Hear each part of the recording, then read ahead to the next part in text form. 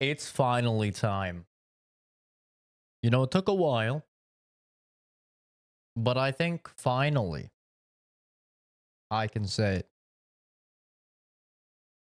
Not even D4 good. D4 great. We did it. We finally made Diablo 4 great again. Now, did I have to spend $25 to make it great? Yes, I did. Small price to pay for what I acquired, let me tell you. I don't know if it's in the store anymore. I purchased something from the store. I did it. We'll hop on here and I'll show you. Haven't touched Ball Druid like since season 1. Season 0, actually. Let me show you. It cost me $25. But D4 is finally great. Druid is my favorite class. This is well established. And look what they added.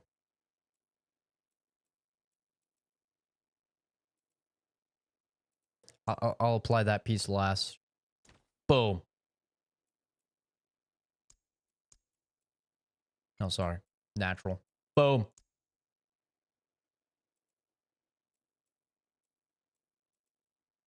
Boom.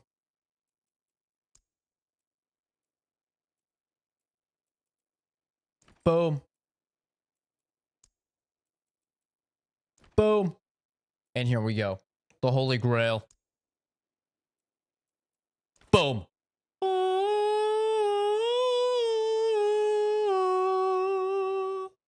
Finally, a Plague Doctor skin for Druid. It took over a year. It took over a fucking year. And it cost me $25 extra on top of a $70 game. Which I'm also about to spend $40 for the expansion. And it was so worth. Let's look at it in all the colors. In case you don't know, by the way, Plague Doctors are my thing. I have a $600 Plague Doctor custom-made mask in my closet that I have worn twice. Okay? I have purchased a Plague Doctor skin in every single game the moment I've seen it. This is my shit. Alright? This is my tism thing. Okay? This is it. This is my thing. Okay? You might like trains. Okay? Plague Doctors are my thing. Oh, man. Oh, yeah. Okay. All right. Honestly, I'm kind of thinking that the default is the best. Okay, that looks kind of cool. That one looks kind of cool. This is the thickest Plague Doctor you've ever seen.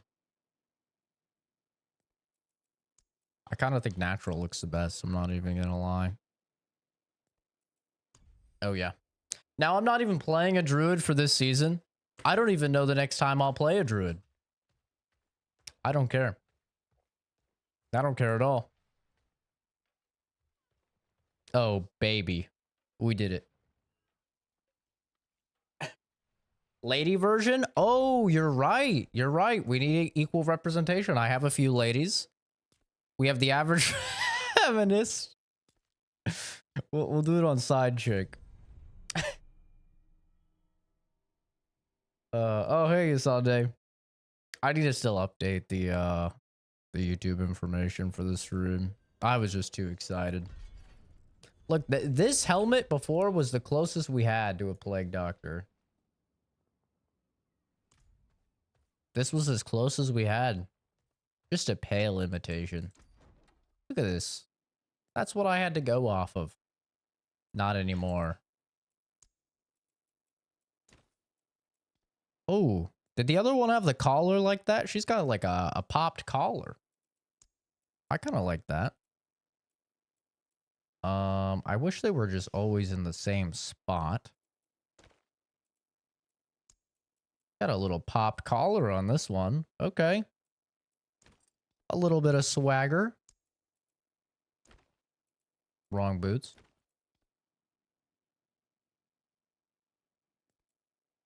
Okay. All right. It doesn't look too bad. Doesn't look too bad at all. I think the blue looks really good. Obviously, I'm partial to the blue because I can actually see it. I am colorblind. Like, I can't see really any of these colors. So I'm a little bit biased, I suppose. I can't really see, like, really any of these colors. So I don't even know if these look cool. I hear most people I talk to say the purple skins look the best, though.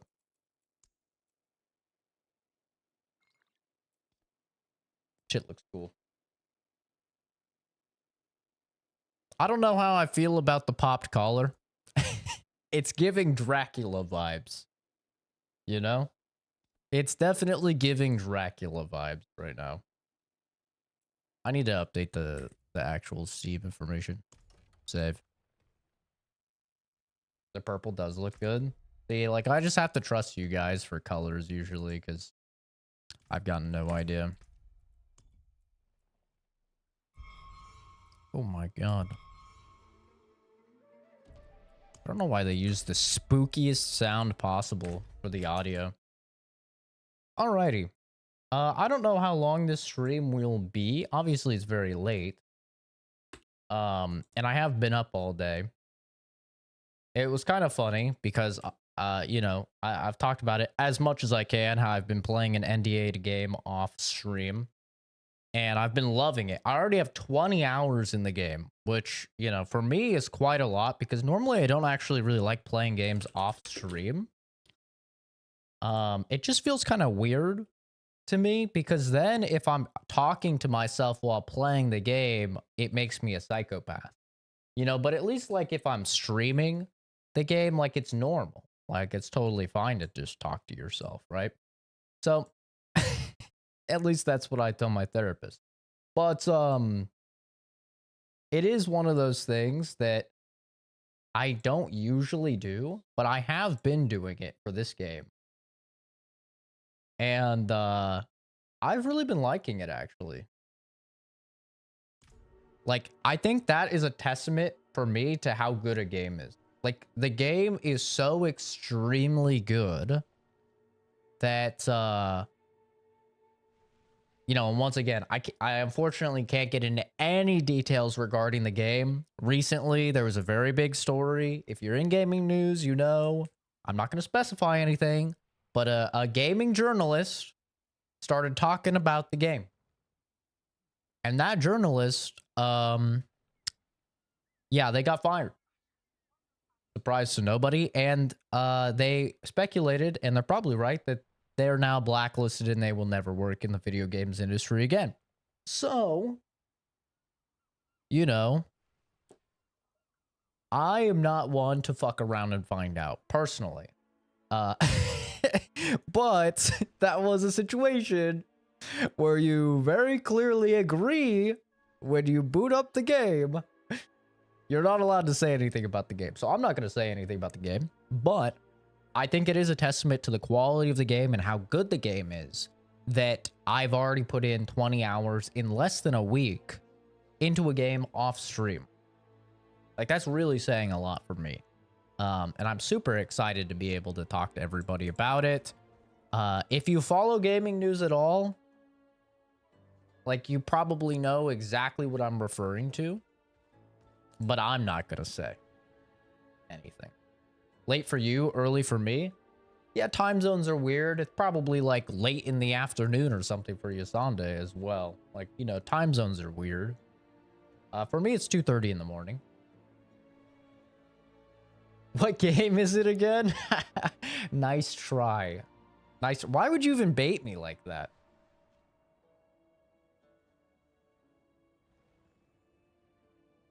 That's messed up. But yeah, no, I did just want to show off the Plague Doctor skin. I'm a very simple guy. If you have a Plague Doctor skin, I'm going to buy it. It's actually that simple. Also monkeys. I love monkeys. I fucking love monkeys. The whole reason I'm buying the expansion to this game when I previously wasn't going to is because there's like monkey abilities and you have like a monkey soul guardian that you can harness its power and just do monkey stuff. It's awesome. But what we are going to do, we are actually going to make a new character. We are going to make a barbarian. I've never played a barbarian, as you can see. These are my characters. And I have not played a barb yet. I've played a necro. That was the necro, edgy necro. I've played several druids. Obviously, they're the goats. I did play a rogue. See, rogue, this is default. Rogue gets a plague doctor for some reason. Only class that gets a plague doctor. Kind of biased, if you ask me. And now I've played 2 Sorks. I think, yeah, I've played 2 Sorks. And I'm actually really having a good time with Sork. But I found something very funny. So I was farming. Hello, mama. Sorry. I was farming for, you know, the mythic uniques, which are by far the best weapons in the game. Super low drop rates because you have to fight the uber bosses, which take just a ton of materials to be able to fight. Kind of a pain in the ass. But I did finally get an uber unique to drop. And this is it. It's called Doombringer. And it's pretty crazy. This is a one-handed sword. 1800 DPS, which is pretty wild. The implicit buff on it, which is right under the attacks per second. Plus 100% damage. Just double damage, because why not, right? Plus 114 to all of your stats. Plus 35% maximum life. 10% damage reduction, just for everything. A 5% chance to heal 2600 HP. And then you have a lucky hit chance to deal 25,000 shadow damage to surrounding enemies and reduce their damage by 20%. So that, yeah, this thing is crazy, which is to be expected. These are by far, you know, the rarest items in the game. It's not even close. And what's crazy about this is that this is not even masterwork. So you can see, you know, I have 9 out of 12 on my staff for masterworking up at the top there. Each time you masterwork, it increases all of the stats by 5%. And then each 4 times you do it, it increases one of the stats by 25%. So like this thing could get even crazier. And here's the funny part. If you look down at the bottom, this is the funniest thing ever. This makes no sense to me. It says requires level 35. So I got a really funny idea of making, because your stash carries over from character to character, making a brand new barbarian, since I haven't played barbarian. And then once I get 35, slapping this baby on, and I'm going to be a god. There will be nothing on the planet Diablo able to stop me. So that's the plan. But first, I want to go ahead and masterwork this. Make it even better, so it's even stupider when I slap it on a level 35 character. So that's the plan. We're going to be getting some stuff to masterwork it. We're going to masterwork it up probably to like an 8 or so. And then we're going to make a brand new barbarian. I have never played barbarian. I know nothing about barbarian. I haven't looked up a build for barbarian or anything. We're just going to kind of wing it. And we're going to see what happens.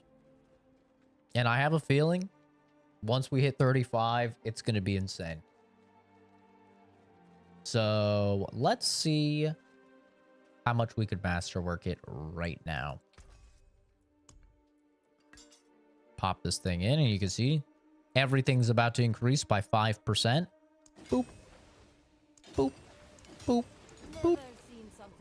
And then it Randomly picks one to increase by 25%. Damage reduction ain't a bad one. You would probably want... what would be the best one here? Probably damage reduction or life, honestly, would be the best ones. I mean, plus to stats is good, but that's not too bad. And we can keep going. Oh, we can keep going. My farming is paying off. Okay, plus to life as well. This thing is just going to make you the tankiest man in the East. Or woman. We'll have to see. I might make a lady. With giant thighs. It could kill me by death by snoo snoop. Possibility. So we need to get more of that material.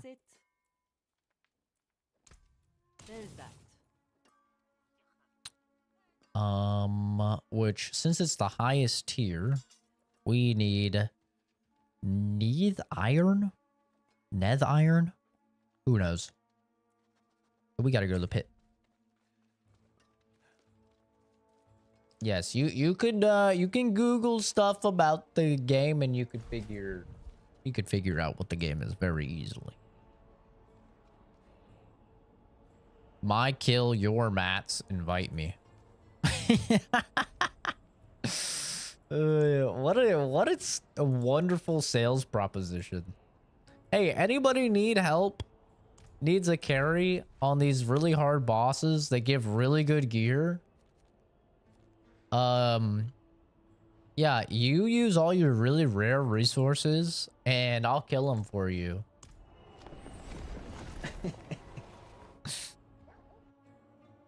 Your back, your monitor unplugged itself. My face does have that effect on screens. Monitors, yeah, sometimes they might break, so I'd actually watch out for that. Mirrors shatter all the time. Not really sure what's going on with that. But it's a common occurrence for sure. You found out your nightstand had pink mold on it really bad.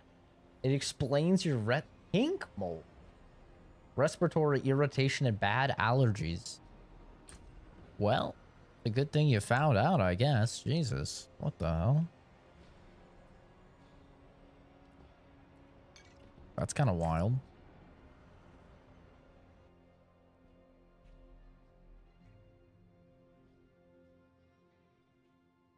I was carrying my cousin today. Loki hit me up and he's like, "You want to play any of Beep?" And I was like, "I'd love to play Beep, but you know, it's the weekend. I don't really do that. I hang out with families, you know, on the weekend."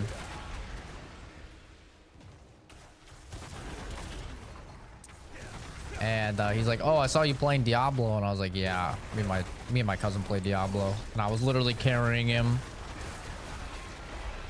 through all the high tier stuff. He was like level 30 when we started, and we probably played for like 2-ish hours or something like that. Maybe not even, like an hour and a half. And I think by the end of it, he was... I think he was like 80. We were kind of trying to figure out, because it's like, I wanted to do stuff to where he wouldn't just get deleted instantly, you know? Because that's kind of the hard part of like carrying people in Diablo. Is like, if I carry him through this, for example, if he dies, there's a penalty, since this is all timed, there's a penalty to the timer for 30 seconds. Right? So like, we could run out of time real quick if he's just getting deleted. It's not like he can stay dead. Right. Or else he's not going to be getting any XP, so...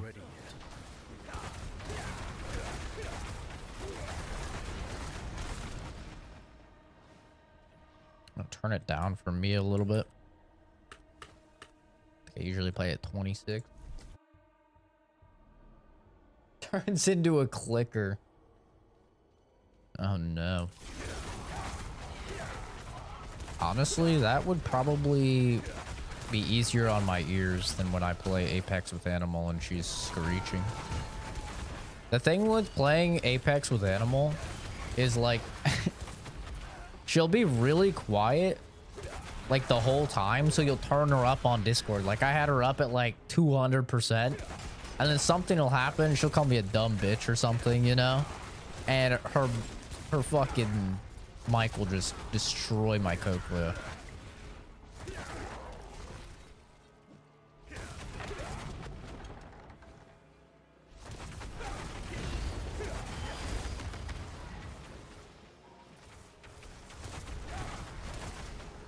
Like, you know, it's fine. I didn't actually really need that part of my ear at all.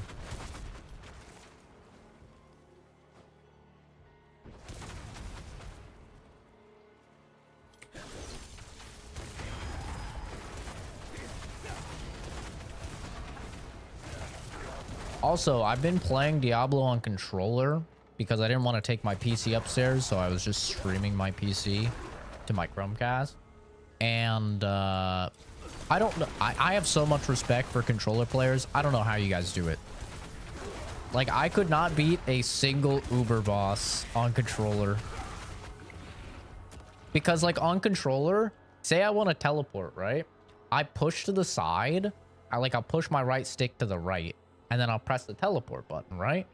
Well, there's no way to, like, there's no way to say where you want to teleport. So you know what it does? It just, like, teleports you as far to the right as possible. So when you're doing Uber bosses, it'll usually be a small little arena, and then the outside will kill you. And so you might want to teleport maybe just right here, right? You don't want to go that far. So you just, boop. You can do that on mouse and keyboard. Good luck on controller, dude. You're done. Yeah, nice try. And I was getting frustrated. I'm not gonna I'm not gonna lie, because a lot of the Uber bosses are very much like you know, they're more of a bullet hell than like an ARPG. It's more bullet helly. It's usually just like a lot of stuff on the ground you have to not touch and not die. Ooh, a Stygian stone. That means we could do another Uber boss. Someone who hasn't played since Diablo 2, how is D4? D4 was a lot like D3, I feel like. It had a very rough launch, but I think it's in a good place now. I think it's in a really good place now. There's the meme, you know, D4 bad is like a meme on the internet. Which is what the title is referencing of the stream. But I think it's honestly good now. Now, of course, you could make the argument it shouldn't have taken so long to get good, but I think as of season 4, the game is good. It's on Game Pass, which is awesome. So it's always like nice to try. But yeah, I think it's quite good. There are like still definitely scummy Blizzard things about it. Like it's a $70 game and it's full of microtransactions, you know, but luckily the microtransactions don't have really any impact. They're all cosmetic. You could definitely make the argument though that cosmetics are a big part of ARPGs. You know, a lot of people would grind for like a cool looking armor set or whatever. And I would say all of the best, you know, all of the best armor is definitely in the store. But I think the gameplay is good. It runs fantastic. Graphically, it's probably the most impressive ARPG on the market. And unlike Diablo 2, you know, I love Diablo 2. I grew up playing Diablo 2. Diablo 2 is great, you know, but unlike Diablo 2, this does have a pretty full end game, and it's obviously has the benefit of being a live service title. So every couple months, you have a new season you can go through. You can play all the new stuff.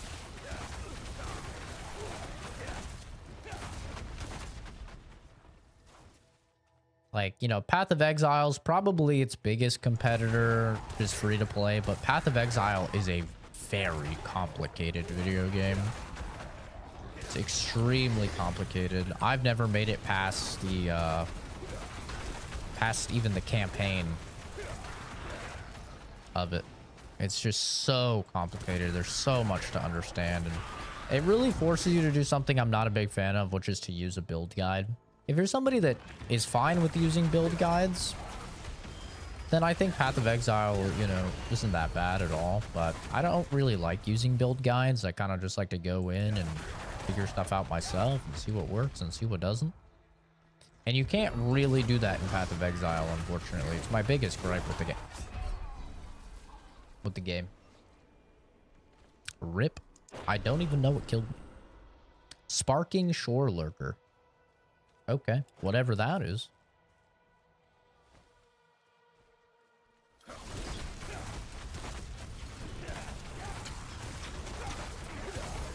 Oh, this guy killed me. I wonder how he killed me so fast.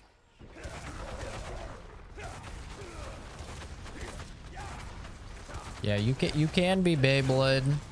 Yeah, the people who stick with PoE love PoE. I think the vast majority of people play PoE. They get to the skill tree. They level up, they get to the skill tree, and they go, okay, I'm out. Because it's really not a skill tree at all. It's I don't even know what to call it. Fucking skill forest, I guess. It's insane. And the biggest problem with it is it's really difficult to respec. So if you mess something up, you kind of just have to make a new character unless you're pretty far into the game. And if you mess something up, you're like... There's no like, oh, I kind of messed up. Oh, I kind of messed up. It's like, oh, I messed up. Now I die instantly no matter what. And I am unable to progress. It's a pretty big deal when it happens. So, I do want to give PoE another try, but honestly, everything I see from PoE 2 looks so incredible that I kind of just want to wait for PoE 2. I mean, I have not seen a single bad thing about PoE 2. I'm blown away. My jaw literally drops every single time they release a new video on the game, showing a new class, showing all the mechanics and stuff. And they've done such a great job of simplifying a lot of the stuff while still retaining a lot of the depth that the PoE people enjoy, that I can't wait to play it. I think it's going to be awesome. Top 3 favorite games of all time. Oh, man, that's... Oh, God. Okay. Number 1 is Mass Effect 2. 100% without a doubt. I can lock that one in. Easily. Easily.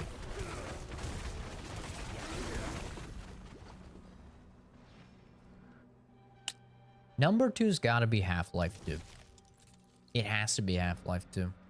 Just because, like, I was so obsessed with that game as a kid. I literally rented it like 30 times from Blockbuster as a kid on the normal Xbox.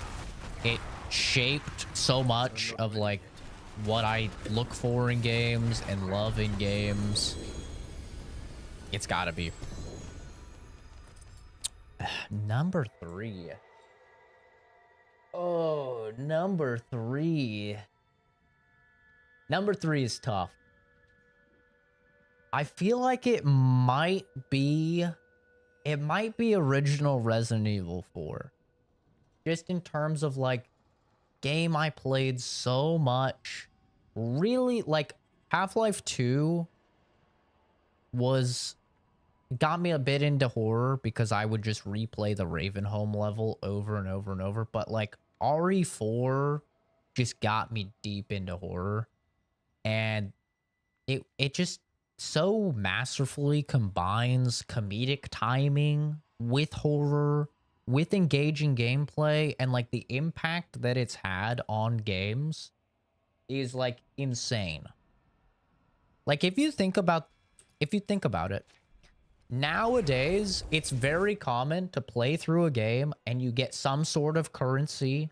Like you play through a horror game, you get some sort of currency or materials, and then you use that to upgrade your weapon or you upgrade your, you know, storage space or whatever, right? Like that's very commonplace in games now. You have a merchant in almost every game, I feel like.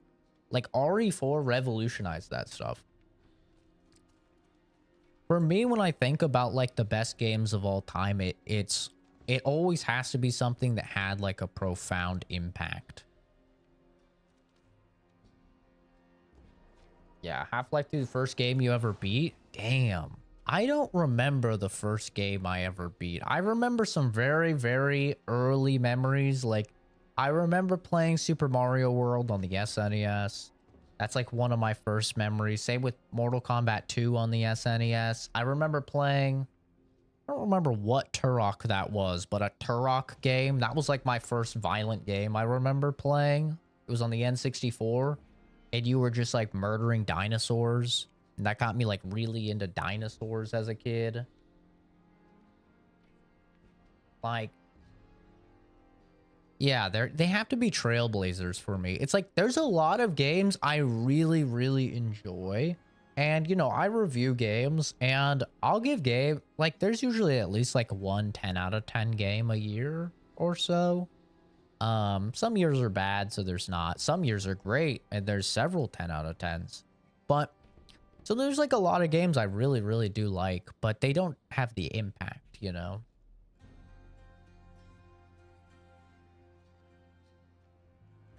Wait, 2020? Wait. You beat your first game in 2020? I have to be misunderstanding that. You didn't beat a single game in 2020? Did you like get into gaming like really late or something? What? Or did you just like never beat a game? Both of those are crazy to me. Black Ops 2, Resistance 3, Onimusha 2. Black Ops 2 is debatably the best Call of Duty. Onimusha 2 is debatably one of Capcom's best game. It's very good. I don't think it is their best game, but it's a very good game. Resistance. Resistance is good. I don't know. I didn't feel that way about I didn't really feel that way about Resistance. I enjoyed it, but like Fall of Man, I think, was the first one I played. I don't know if that was the first one, but I enjoyed the Resistance games, but they didn't capture me like that. To me, maybe it was because I grew up on Xbox, but it like by the time I played them, I was like, this feels like a Halo ripoff. That's how it felt to me playing it. Uncultured in most of these games. You gotta branch out. There's so many good games. Like, I feel so bad when I talk to my friends that only play like Call of Duty and Apex, and I'm just like, bro, like, please play a good video game. Like, I love Apex, don't get me wrong, I love Apex, but like, play like a really good video game, man. Pokemon Red. Wow, that's crazy, Asante. So you're just an MMO gamer. That's so funny. Because like I've never played MMOs. I've tried to get into so many MMOs and I bounce off so hard. I bounce off so hard. 8K hours in DayZ. Oh my god. Yo, that's hardcore, dude. 8K hours in DayZ, man, that's crazy. That is, yo, that almost feels like you're inflicting mental torture on yourself. That's crazy. Like I feel like DayZ is very in the same space as Tarkov. A lot of people that play Escape from Tarkov love DayZ and vice versa. And like I see people on Tarkov that have like 8,000 hours, 12,000 hours. And I'm like, dude, how can you do it? Like, how can you mentally handle it? I don't know. Like, I've owned Escape from Tarkov and played off and on since 2017. And I tell people that all the time. And then they expect me to have, you know, like 10,000 hours in the game. And I'm like, yeah, I have 800 hours. And they're like, dude, what? Bro, you barely even played the game. Kenshi. I've heard about Kenshi. I've never played it. I've never seen gameplay, I don't think. Infamous is tough now because there's not really a way to play Infamous anymore. You can play what's it called? Last Sun? Last Light? Second Sun. I think it's called Second Sun. I always get it mixed up with Metro. Last Light. But, yeah, Infamous is tough. You can't really play Infamous anymore. You know, because you have to pick up a PS3. I don't even think there's a PS4 version. GTA 5 on the PS4. Man. I gotta say, though, I love meeting people that have not played games. Or like I talk to somebody. Typically, it's girls. I'll be honest. It's almost never do I talk to a guy in real life and they haven't played, you know, games before. But so typically it's girl. I think every time it's been a girl. But I love meeting people that haven't played a game because I'm like, dude, we gotta get you. Like, I will give you my PS5. You know, back then it was PS4. I will give you it. I will give you the games. You gotta play this shit. Like, you have. Like, I get so into it. I love it. I love hearing people's first take. I dated this girl and she was like, I think a pretty average, you know, girl where she hadn't really played any games. She's like, yeah, I've played games. I've played like Wii Sports. I was like, okay, so you haven't really played games.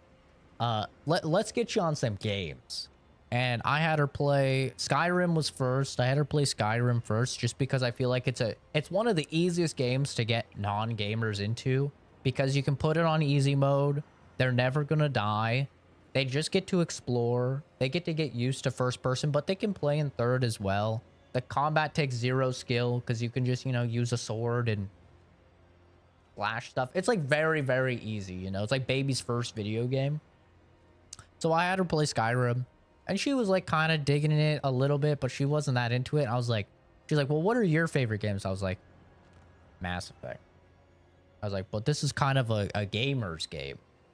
And she's like, no, I want to try it. So I started her on Mass Effect 2 because Mass Effect 1 is back then, you know, Legendary Edition or whatever it's called didn't exist. And Mass Effect 1 still, I would say, is pretty rough. But oh my goodness, dude. Once she started playing Mass Effect 2, she was like, I need more games like Mass Effect. Like, she was just obsessed with Mass Effect. Like, she changed all of her username. She was like in love with Garrus. She changed all of her usernames to calibrations. She was like, she became like the Mass Effect gamer. And she like really got into it, and I think she cosplays now. Last I heard I haven't talked to her in a little while, but I think she does cosplays now, and she's like really into gaming. So yeah, it's like I love like getting people into gaming, like, oh, let's try a little of this, let's try a little of that. Yeah, I know. Having a life, to a lot of people, having a life outside of video games is crazy. And I game a lot, and I stream a lot, you know, but I also like do other things, which is insane. Like, I'm working out now. Hell yeah. Only like 3 weeks in, but you know, working out for me is just like, I'll go hard on it for 2 years and then I won't touch a treadmill or a weight for like a year. So we're back on it. We'll see how long it lasts. But I work full time as well, at least 40 hours a week, but I'm salary, so you know they love to milk you. So it's usually 50 hours a week. I try and keep it 5 hours a day, but sometimes it slips to 6. I'm a full-time student as well, so I'm typically taking at least 2 classes, which is, you know, another 20 or so hours. It depends on the class, right? And then I hang out with friends, try and play games. I try and stream. I hang out with family. You know, it's a lot of shit for sure. Yeah, character creation. When I hear how much time some of the girls I know spent in Baldur's Gate 3 character customization. I have a friend, and she has, I want to say, like 800 or 1,000 hours in Baldur's Gate 3, and she's never beaten the game. Like, she literally just plays Act 1. I think maybe she's gotten past Act 1 to Act 2, and then she makes another character. And I cannot fathom how somebody could do that. Like, how you could start a story and then just, like, not finish it, not see the conclusion is crazy to me. Because I'm, like, the opposite. I made one character, and I played the game, and I said, all right, I played Baldur's Gate 3. I'm good. I did it. That's the video game. Then I haven't went back. And then and I thought it was so funny when Larian released like the average character that people make, and all the women were like super confused because the average character is just white male fighter human. And my character was white male human fighter. And all the girls I know were like, that's crazy. How are people so boring? And I was like, I don't know, man. I just made what I would be. I feel like I'd be white male, you know, fighter. I don't know. And I'm human, so I just made a human. Like, man, that was so funny though. But yeah, I know a lot of people that just have so many hours in the character creation. And it was like that with Dragon's Dogma. There's this streamer girl. I don't remember her name. I want to say it's something with an L, but she would like pop up in my YouTube Shorts feed every now and then. She did a lot of like Baldur's Gate content.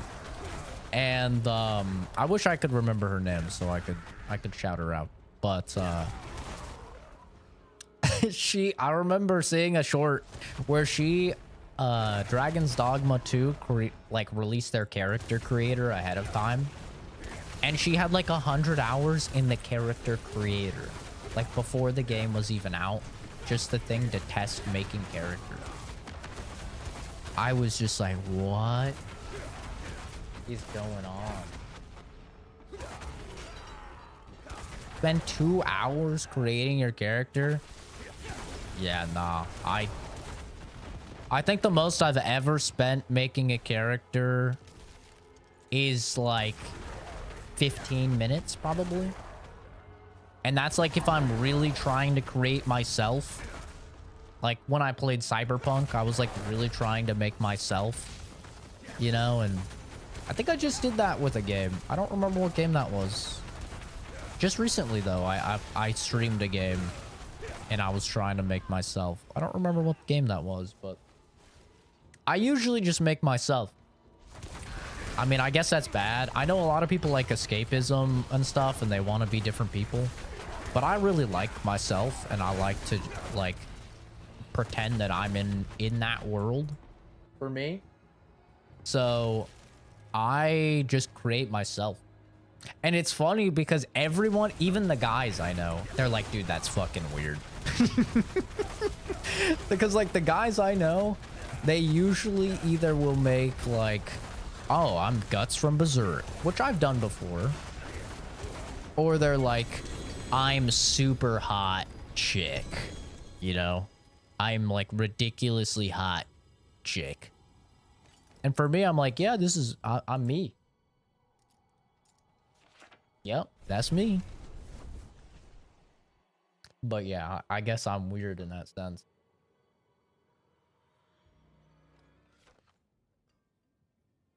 You can make Trump. Oh, yeah. No, I like seeing what people create. I think that's really cool in like each game. I think it's really cool seeing what people make. But, you know, for me, a character creator is just like the table of content almost of a book. It's like, it's nice to have, right? But like, I'm just trying to get to the meat of the book. I never really got into it like that, personally.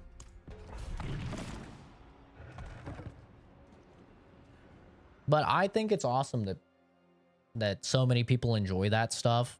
I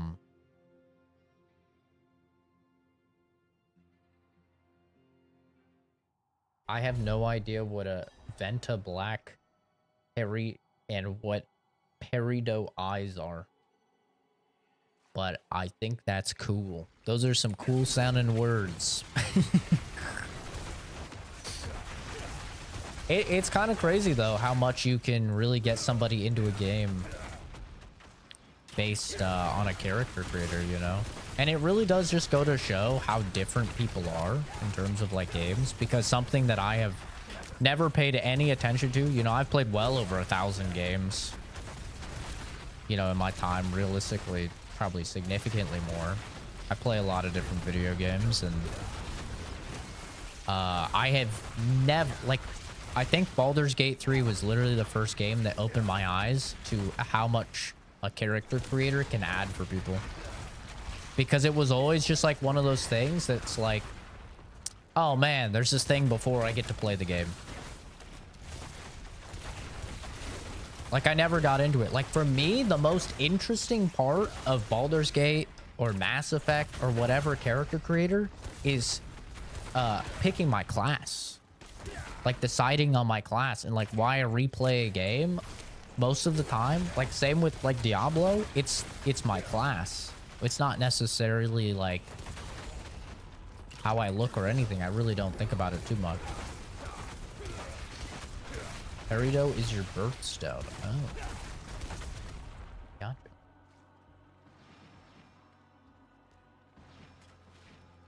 Grizzly old man sometimes.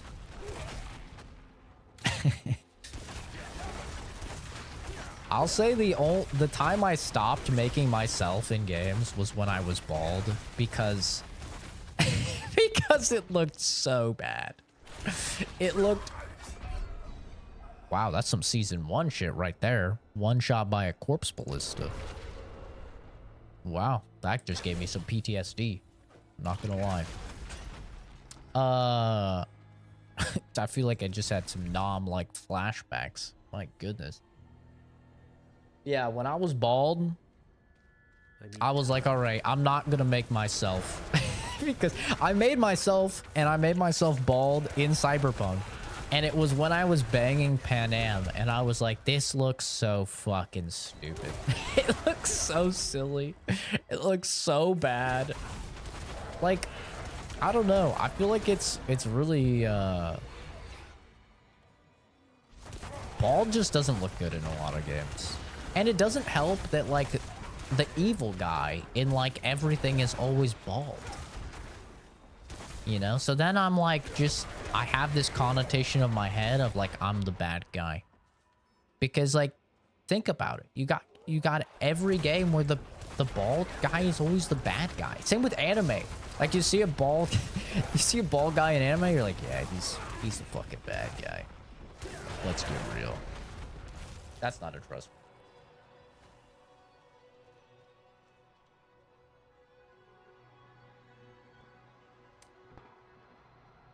Yeah. Yeah, MMOs are really good about character creators. I tried Guild Wars 2. I'm guessing that's what the GW2 is. I tried Guild Wars 2, and I was like, pretty cool. BDO was like that. I was like, BDO, I was like, wow, this character creator is crazy.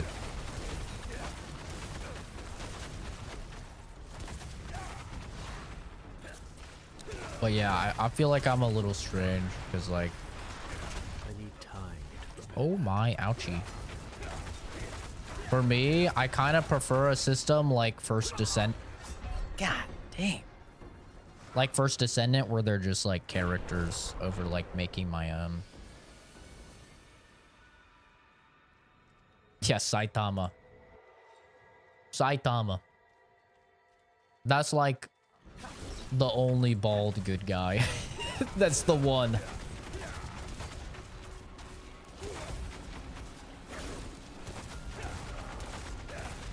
It's funny, I think Jason just in our Discord not that long ago, Jason said GW2. And we all gave him like 5 different answers for what he was talking about for GW2. And one of mine was Guild Wars 2. Someone was like, Guild Wars 2, God of War 2, Garden Warfare 2, and he's like, no, Gears of... Or what did you say? God of War, I think he said.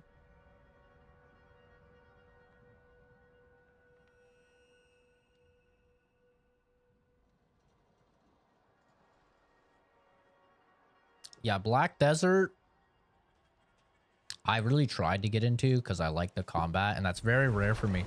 The number one reason I bounce off MMOs is because of the combat. Like, my dad was addicted. Like, straight up, one of those men that were addicted. It was their life playing World of Warcraft. And he always tried to get me in, and I tried so many times. I had to try like 6 different characters, you know, trying to get in over the years, and I could just not get into it. I couldn't do it because the combat was just so bad. Like, I could not get over the combat. And BDO got me into it because it was more like action-based combat in a way. I think BDO I probably spent the most time on for an MMO, and one that I don't even think a lot of people played called Blade and Soul, because that also had like action combat. And that was it. Like, those were the only ones that somewhat retained my my interest.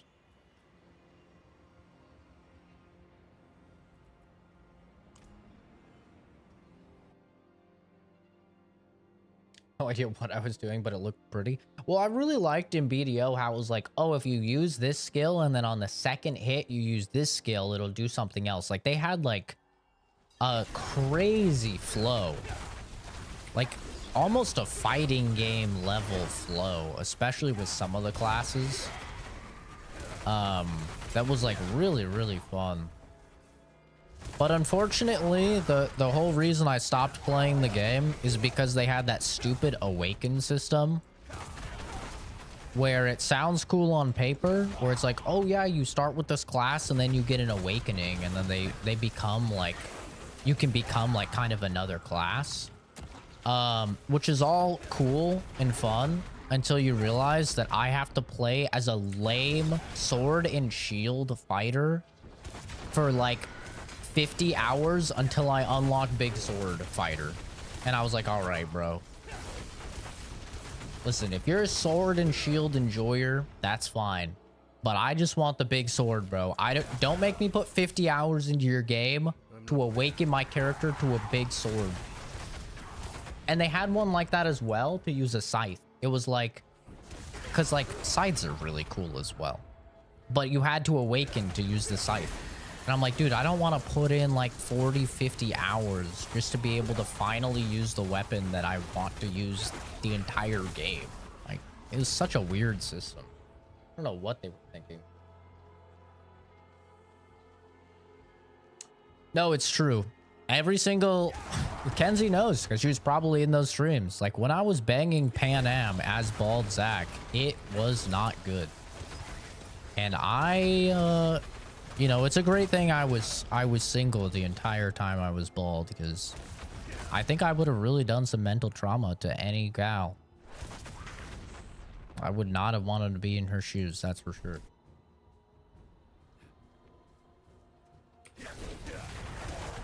Poor guy.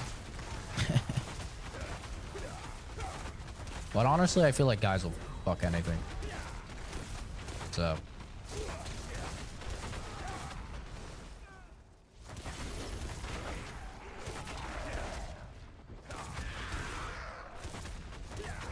Zach threw up in his stream. I didn't throw up, but it was weird. It was weird. It didn't look right. It did not look right at all.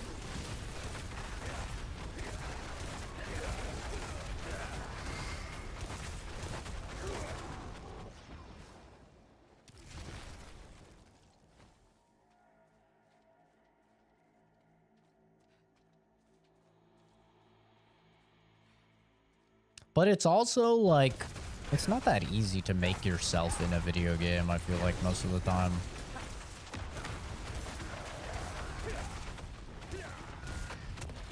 Like, I kind of wish, I don't know if the 2K games or whatever sports game franchise it is where you can take a picture of yourself and it'll create you in the game. I think it's 2K. I think it's the basketball ones. But whatever one it is, I kind of wish that they didn't have like a patent on that technology, because I would love it if I could just use my webcam, boop, take a picture of myself and put me in the game. I would love that. I think that would be awesome. I don't know why sports games are like the only games who have done it. They must have like patented the technology or something. You can never make yourself fat enough. Okay. That's a bit of a unique issue. But I feel ya. I can usually never make myself skinny enough. So, you know, I'm just on the other end of the spectrum there.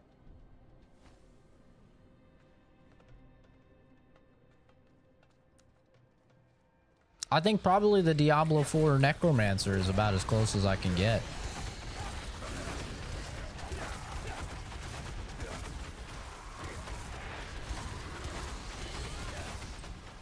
Oh yeah. Oh yeah, we're just getting cooked. We're fine. We're only getting 21 of the nether iron, whatever it's called. I'm probably butchering it. Only 21 of this stupid nether iron. And I think I need like 100. The double chin is important. Okay. Well, I don't know. I can't relate to this. I cannot relate.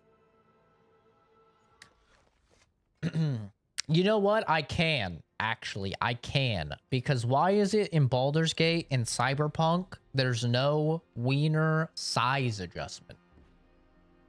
What's up with that? It's always just circed or uncirced. Those are the only options they give us. Come on. I've played games where you can, many games where you can adjust boob size. Where's the wiener slider? Come on. I accidentally revealed myself during movie night. I don't know if you noticed. No, I didn't. But I'll be honest. I'm pretty unaffected. I don't want to say I don't care, because that sounds mean. But I personally have no opinion upon how any of you look. I really don't. I'm unaffected by it entirely. I don't judge anybody based upon their appearance.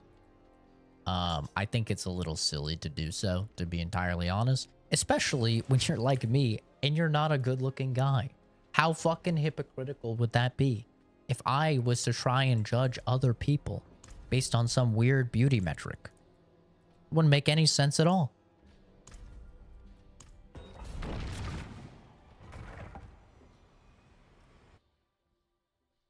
Okay, I'm ugly, I know. I am probably the worst person to ask about attractiveness. I'm the worst person because I really, genuinely do not care. Like, it has been a large problem in my romantic life that I do not care.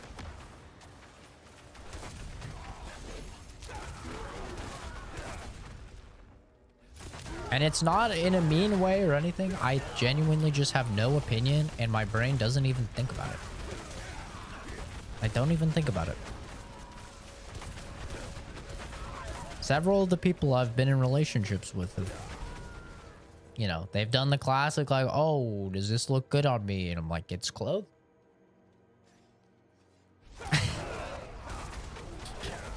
Brother, look at me. I'm wearing a Walmart like $5 shirt.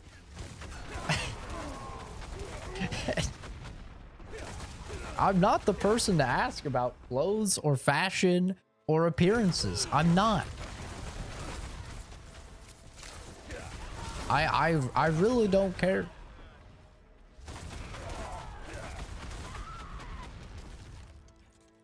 And I have, you know, it's the same with friends. I have friends of all shapes, all sizes, skin color, you name it. Whatever sort of appearance thing that you can fit. I got friends from all of it. I don't care. It doesn't even cross my mind.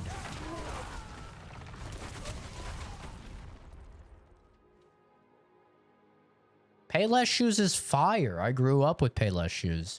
And if I didn't work at Columbia Sportswear fresh out of high school and still be wearing those Columbia Sportswear shoes a decade later, not a decade, almost approaching a decade. I'm not that old, but I am approaching a decade after the fact that I worked at Columbia Sportswear. If I didn't get all those for like the cheapest price known to man, like those are actually nice shoes, I'll be honest. As you can tell by the fact that I have the same ones for, you know, approaching a decade now. But I never would have bought them. They were like $100 like normally. With the employee discount plus going to the employee shop, they were like 20. But I grew up, you know, very, very poor. And yeah, we'd go to Payless Shoe Source, and that was my shoes for, you know, the future.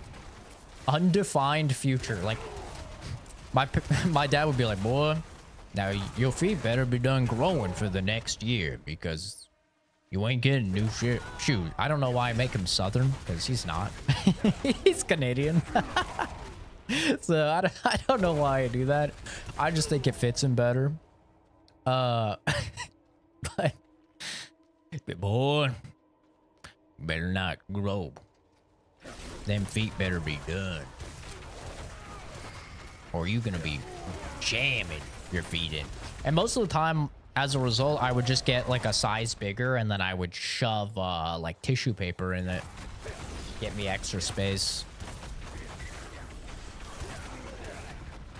so I could like grow into them. Oh yeah. So like, yeah, I'm never gonna judge people on what they wear. I'm never gonna judge people on how they look. Everybody's different, dude. It's not an important thing to me in any capacity.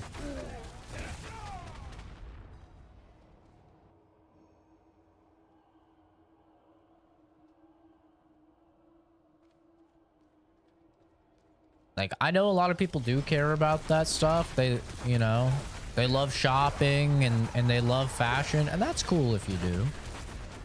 You know, whatever you like.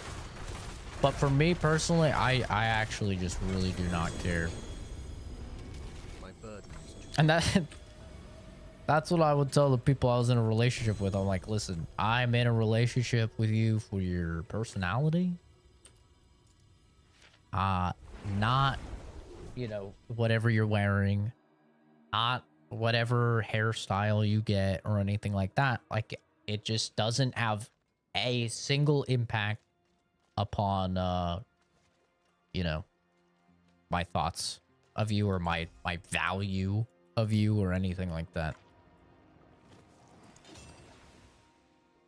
Which, listen, if you ask me, I think that's a good thing. Fuck, I did the wrong item. No! I'm a fool. I was supposed to do this one. No! Oh, it stays at 100, though. That's nice. Oh, no, it doesn't. Worst thing was when Zach in Cyberpunk made his dick literally microscopic. I wish it would let me do that. Yes, that's what I'm talking about. They don't let you choose.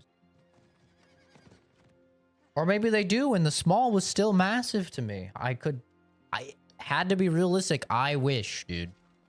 I wish they wouldn't. It didn't go that small. Honestly. They're basically body shaming at that point. That cannot be salvaged. What cannot be salvaged? What do you mean? Oh. I clicked on the wrong one. Society is shit. We have to set a good example for the youth in the future, especially men. What, in terms of like fashion? Like, here's the thing. I think the most important thing, and I know some people will say this is ironic because of the state of my room, but I think the most important thing is hygiene. Okay? Not what you're actually wearing. I think that's way more important. Like, it's gonna be, you know, I tell guys all the time, like, if they want to pick somebody up, if they want to pick up a chick or something, you know, literally all you have to do, be confident and have good hygiene. And obviously be able to speak to women. That's it. That's all you need. And hygiene is very important. Hygiene is super important. But hygiene, to me, is not anything with necessarily with appearance. You know? To me, hygiene, I mean, it can affect your appearance, for sure. But most of the time, when people say hygiene is important, it means, like, just don't be greasy and stinky. Like, mainly stinky. Just don't be stinky. Is, like, really what people are saying. But yes, like, if you're a person that shaves, you should probably shave regularly, like I try and do. I'm especially more vigilant about it because once I started letting anything grow out at all, I started being called Theo Vaughn. So that has really done wonders for ensuring that I shave frequently. Showers once a week. I shower almost every single day. Okay? Let's not spread misinformation here. Now, if you want to say, cleans his room once a year, okay, that's fair. But you know what? We all have flaws, and I'm working on it. Okay. But we're not talking about room hygiene right now. We're talking about personal hygiene.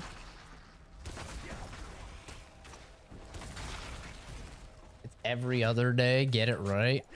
Well, these days, now that I'm back to working out, it has been like every single day because, you know, you get stinkier when you work out.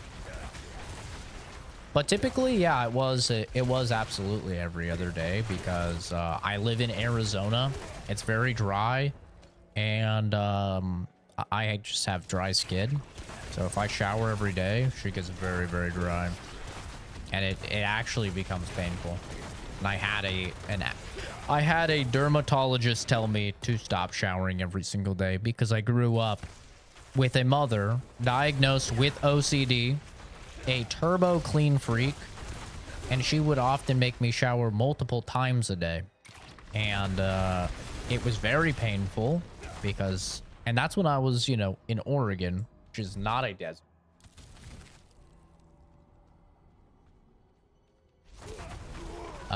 So it wasn't as bad, you know, but yeah, she would make me shower oftentimes multiple times a day.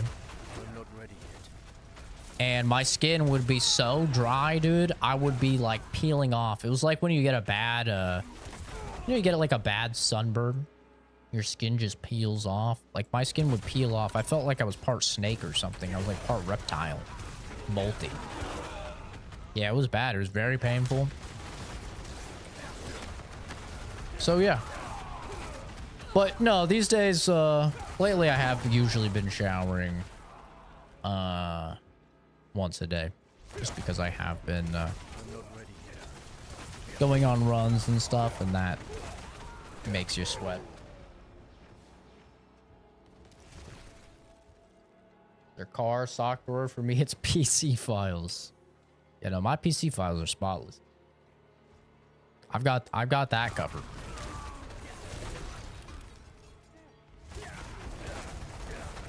My room, not so much. But that's just because it doesn't bother me and nobody else comes into my room. You know? So for me, it's like a non-issue. But still, you know, there has been many psychological studies that have shown it is beneficial for you to do stuff like make your bed and yada yada. It's good for your mental health, blah, blah, blah, blah, blah. So I've been doing it more.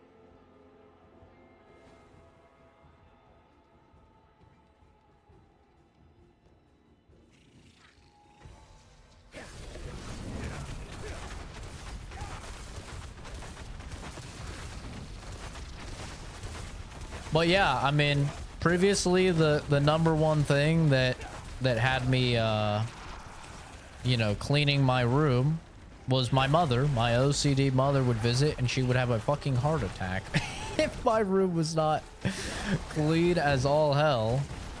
So I was very, very good about cleaning my room when she would visit, and she'd usually visit once or twice a year. And now she doesn't visit anymore. Or I mean, she'll visit, but she doesn't like come to my place anymore. She'll usually stay at a hotel, and so we'll like just go out and do stuff.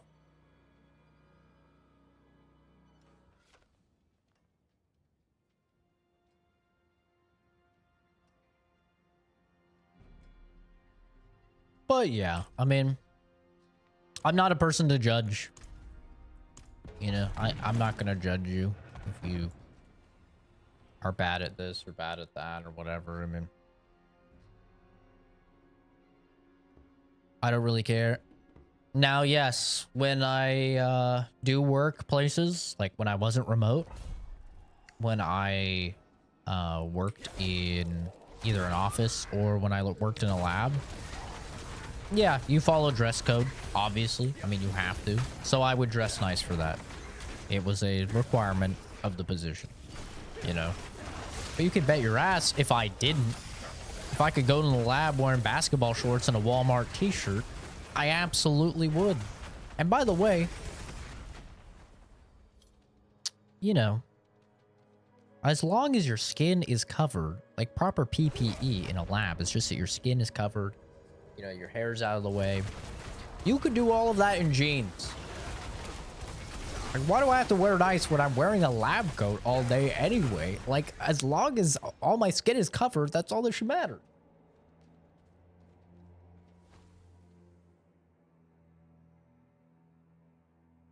Yeah, that's very Sunday, and I think that that's pretty common. I think that's very common, at least through, you know, all of the psychological studies and stuff that I've seen. It's very common.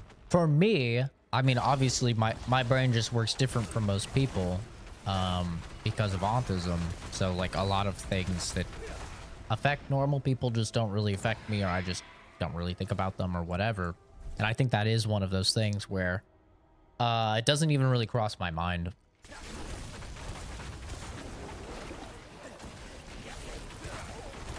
Like, it's always just been a thing that I've done because I know it's a thing I should do, or because other people would want you to do. But, like, you know, if that didn't exist, I'm entirely unaffected by messy room or whatever. Like, as long as I can find the stuff that I need to find, which I always can, and as long as there's no, like, health risks. But, like, my little sister growing up, she was way dirtier than I've ever been. I've shown videos before of, like, my YouTube video from, like, you know, 8 or 9 years ago or whatever, when I was thanking people for 400 subs and I was doing a house tour. And I went in my little sister's room And I'm literally like gagging because she has cups of just milk that have spoiled and turned to cheese, and like chocolate milk that's spoiled and yogurt and stuff like that, just sitting on like next to her bed. So like for me, like that's been my like benchmark for like a bad room. And if you guys have ever heard of rot maxing, this is a new trend. If you have a sensitive stomach, don't look it up. What the what just happened?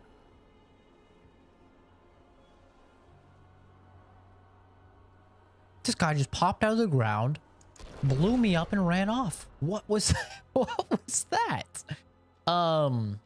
Okay. But if you have a sensitive stomach, don't look this up. But it's called rot maxing. And it's basically this thing where these very, very attractive girls are showing their rooms, their disgusting rooms. And some of them are actually just like straight out of a horror movie. Like I watched this one girl in Japan, she did one, and there's just trash bags everywhere, like almost up to the ceiling, and she's cooking. And you start off and you're like, this is a weird video because she's cooking, right? She has her pot here that she's boiling water in. And then she's holding a carrot above it, and she's cutting the carrot with a knife while she's holding it above the pot, which is very weird, right? Like everybody puts the carrot on something and they cut it, and she's holding it above, and you're like, that's really weird. And then she grabs the camera to show like everything that's in the pot, and you instantly see why. Because there are thousands of bugs just crawling all over the trash bags, all over her table, all over the walls, and she's just living like that. Which obviously there's some mental health stuff going on there, but like some of them are so bad and so gross.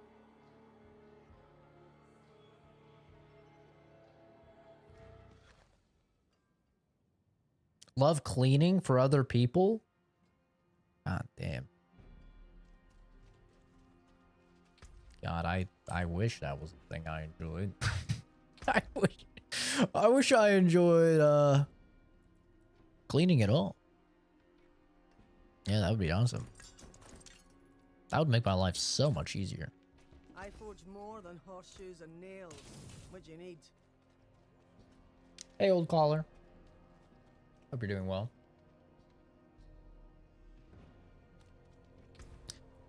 Yeah, no, I mean, I'm perfectly content in my space. Nobody comes into my room. You know, if we have guests or something, we're not coming into my room. We're hanging out in the living room, right? Or in the dining room, or in the kitchen or whatever. Like no one's coming to my room. And you know, I'm not in the market to change that in any capacity. I'm not really interested in that. So it's not something that's going to change anytime soon. I'm not going to have anybody coming into my room. You know, so once my mom was like, yeah, well, I'm not just going to stay in a hotel and we're going to, you know, do that. Then I was like, all right, well, that was my one reason to clean my room. The one person other than Momo, you know, and I can ask him, hey, Momo, what do you think?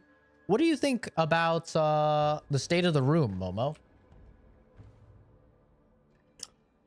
As you can see, he really does care a lot.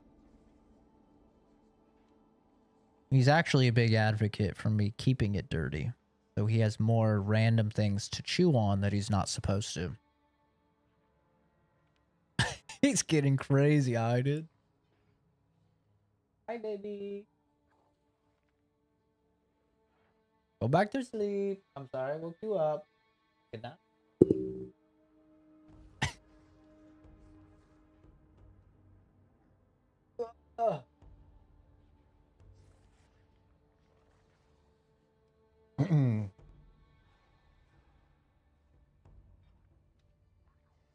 But yeah, you know, that was my thing.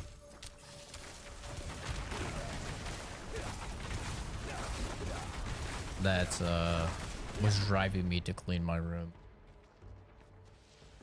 Thought I said it was messy. Okay, chat says it's messy. Chat is the one that's always calling me dirty and disgusting. All right. I don't think I'm that bad. Okay? Like, I really don't think I'm that bad. Like, things are not terrible.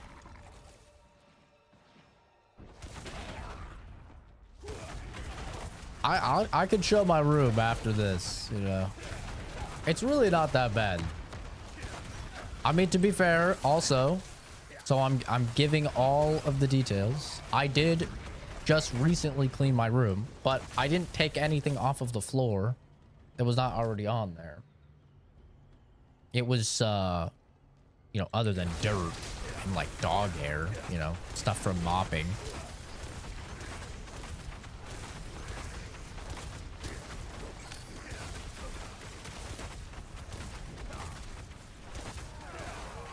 But I did just clean it. It's kind of like a pit. What does that mean? See, the thing is, I have concrete floors because we just haven't gotten around to deciding if we're going to put in tile or hardwood or whatever. So I have concrete floors still. And, so it's like they get dirty in the sense that any like hard floor would get dirty, you know, you have to mop it, and I just hadn't mopped in a long time.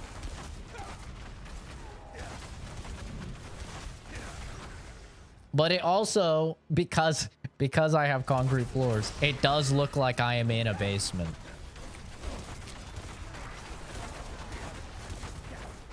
Which is also, I think, partly where the basement joke comes from. Because it does look like I'm in a basement because you don't really see concrete floors very often.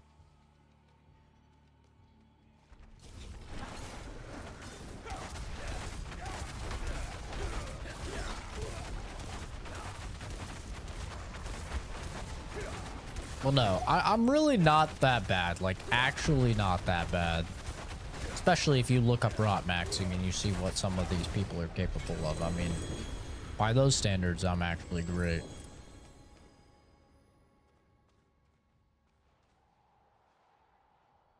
Does the concrete help with staying cool? It actually does. Yeah, it really, really does, actually.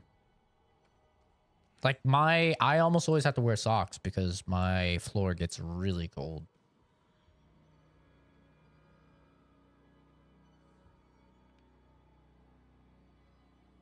Here, I can show my room now that we finish this. It's really not that bad. I won't move anything. Okay, this is all natural. And you'll get to see Momo, who's laying on his back right now. It's so cute. Oh my god, it's so cute.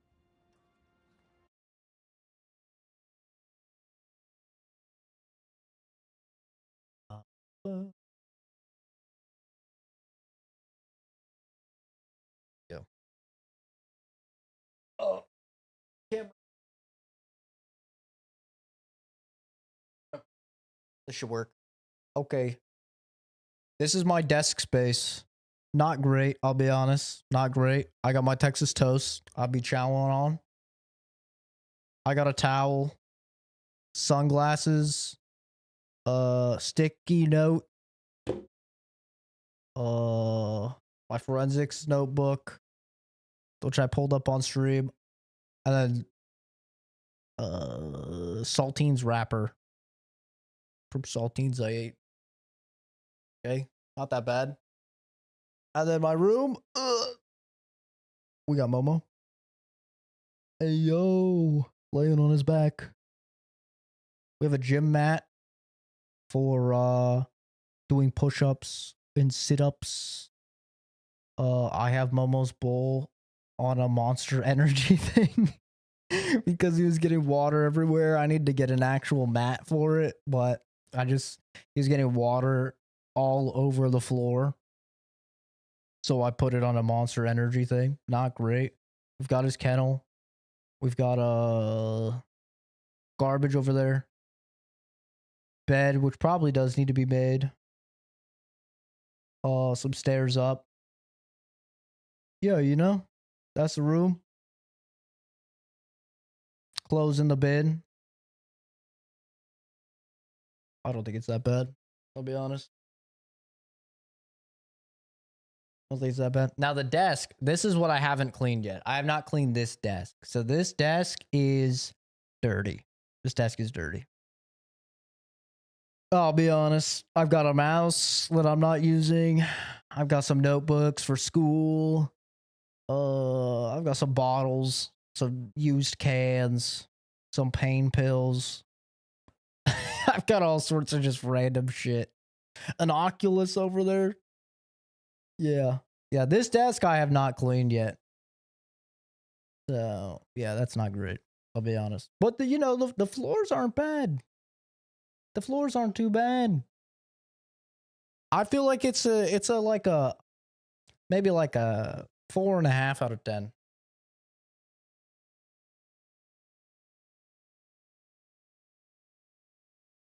Yeah. That looks about right.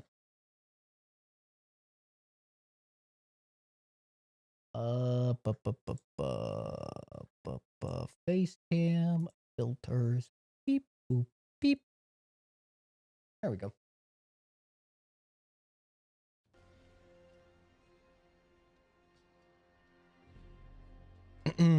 Yeah, the little stairs for Momo were for his little paw pads. Because he's a dingus. A lot of time he still will just jump up. My nut. Oh my god. Okay.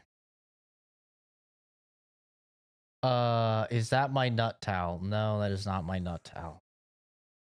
That is so unsanitary. That's so gross. Why would you say, is that my nut towel? When it would make way more sense to say, are these the nut tissues? I mean, there's tissues right there as well. Why would we go to nut towel? Ugh. Gross. That's like the nut sock thing. That's so gross. Ugh. My goodness.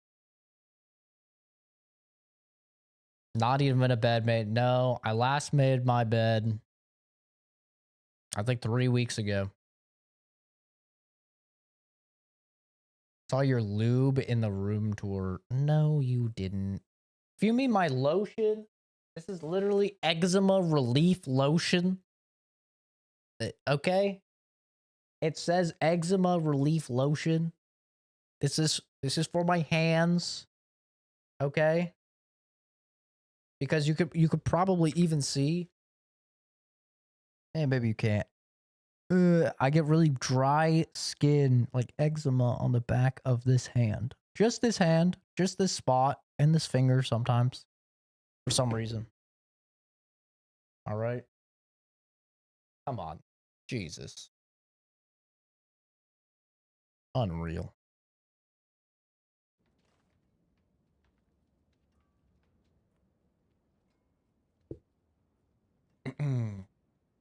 My goodness. Get your mind out of the gutter, chat. Jesus Christ.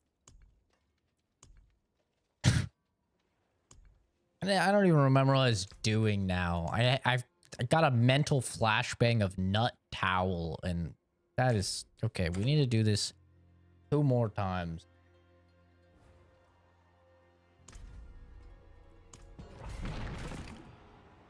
My God. Insane. So yeah, my desk area is not exactly the cleanest, but I don't think I'm that bad. Also, I didn't show you guys that I'm in underwear, did I? I didn't show my underwear at all, did I? I'm not trying to make this into an OnlyFans stream, but I'm not wearing pants. And they're long underwear. Like, they could pass as shorts if you just glance. But I just want to make sure I didn't show.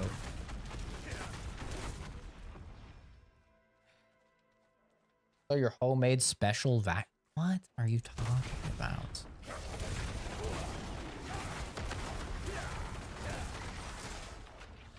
It's well established I'm a very non-sexual person. Why would I have a fucking vacuum? A homemade vacuum. Jesus Christ. Did you guys see the Pringles can? I didn't show that, did I? Okay. They use the Pringles can and they use like a sponge. A sponge and like a glove or something.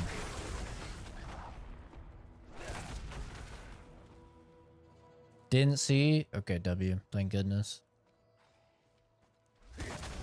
There's nothing scarier than when you're in a meeting, like with your boss or something. And, maybe you guys don't know if you don't work remote, but you're in a meeting with your boss and you're wearing your nice dress shirt up top and you're just in your boxers down below.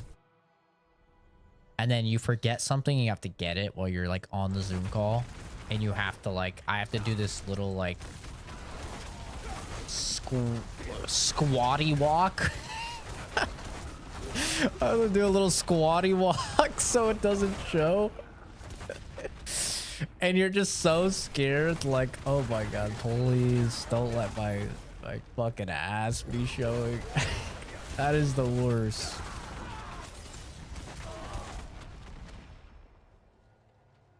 Exposing my fat cheeks to the boss. Honestly, maybe that would have gotten me a raise. Maybe I should have done that.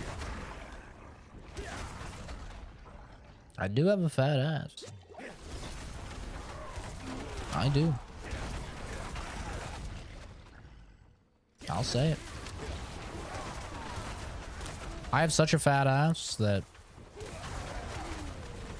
I would frequently make men angry when I had long hair like down to the middle of my back because they'd be checking out my ass when I'd be wearing like some slacks, like some tight pants, and then they'd see that I was a dude. And there was a very visible like irritation on their face, and it was always so funny.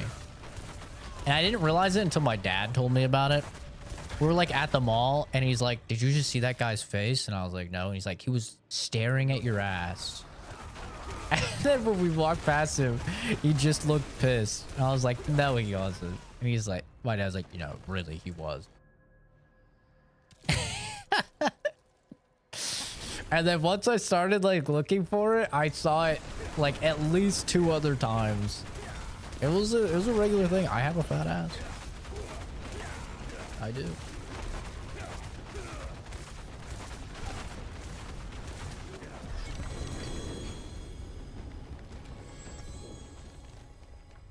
I'm not ashamed. I'm not proud of it, but I'm not ashamed.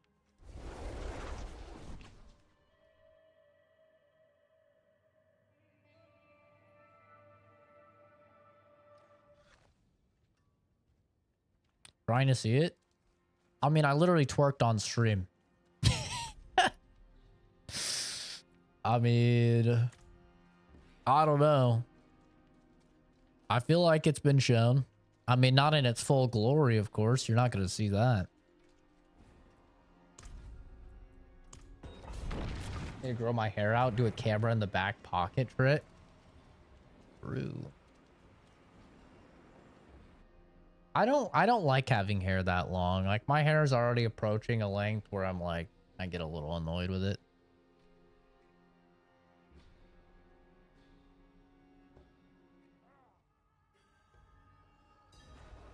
There's a hole, there's a goal. True. True. And if they ask, I mean, I do swing both ways. There's a chance.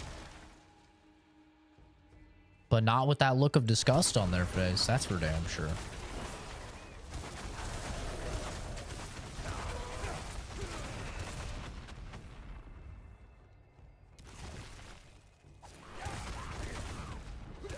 Slay, be proud.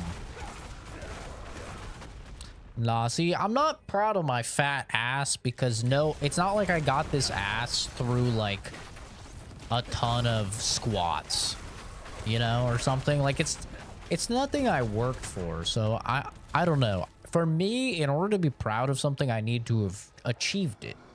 I need to have done something to acquire it. This is just, I got lucky and the fat deposits all were in my ass for all my food I was eating. You know, that's all like just genetics. I didn't do anything to get that. Now, if I did have a flat ass and then through sheer determination and will, I got a big juicy ass, through like squats and stuff. Oh, hell yeah, I'd be proud of it. Are you kidding me? Absolutely.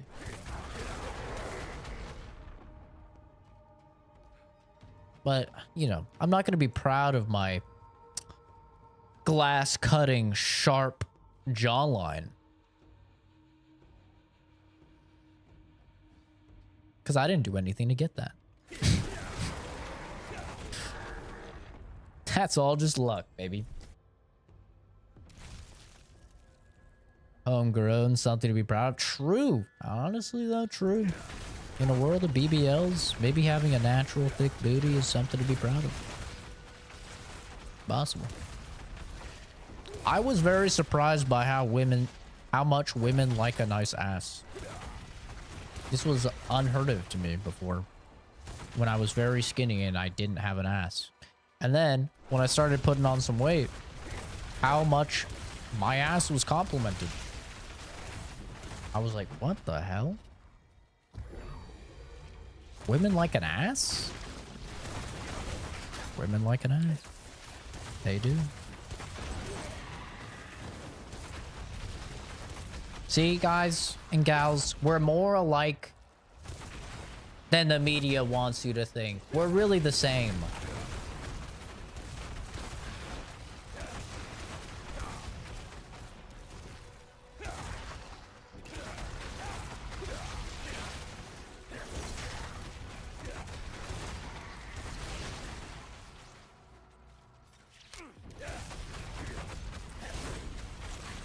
Not having the cake and eating it too. I probably got the ass from eating a lot of cake. Not specifically cake. Not the biggest fan of cake. I don't really enjoy frosting. Ice cream cake though. Oh yeah. Oh yeah. But does ice cream cake even really count as cake? I mean, it's really just ice cream in the shape of a cake. And if ice cream cake counts as cake because it's ice cream in the shape of a cake, then is ice cream burger? If you made an ice cream burger, does that count as a burger? Probably not, right? I don't know, but we're asking the real questions here.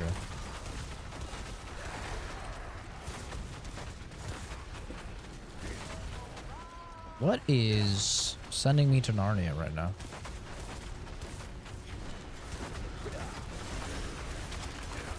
You die. Thank you.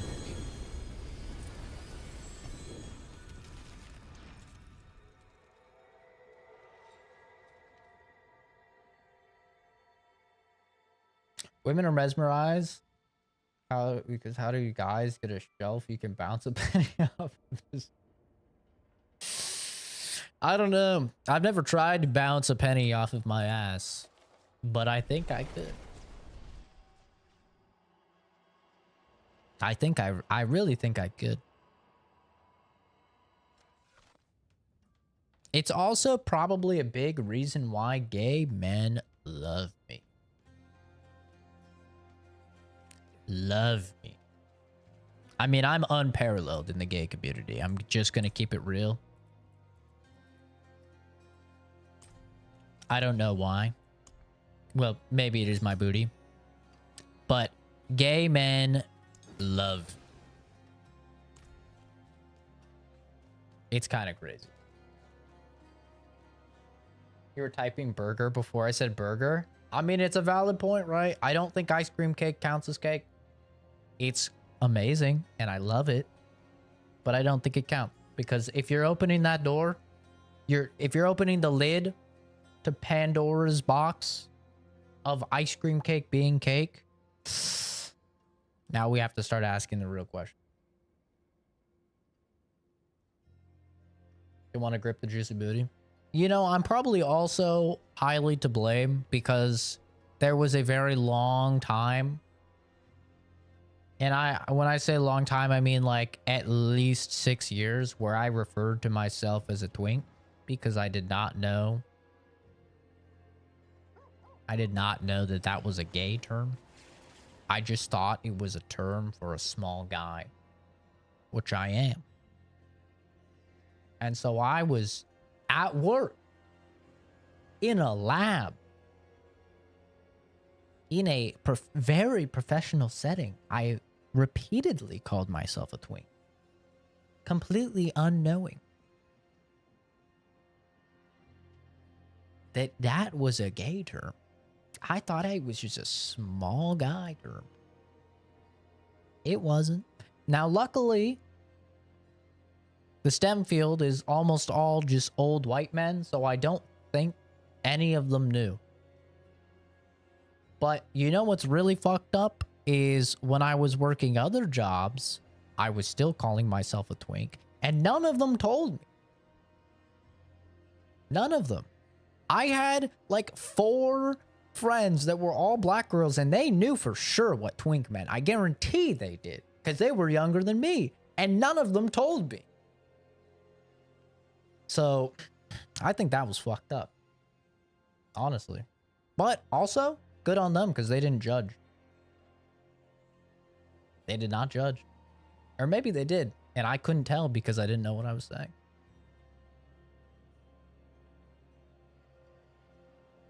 Yeah, I have been teasing the gays unknowingly. Absolutely unknowingly. How tall am I? I'm only 5'8", man. I'm a small guy. I am 5'8", 140 pounds. But 140 pounds, which I am now, is actually like pretty heavy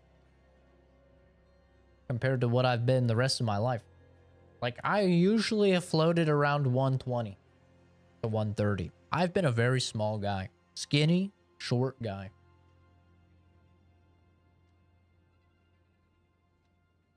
Mid-size king. I don't know.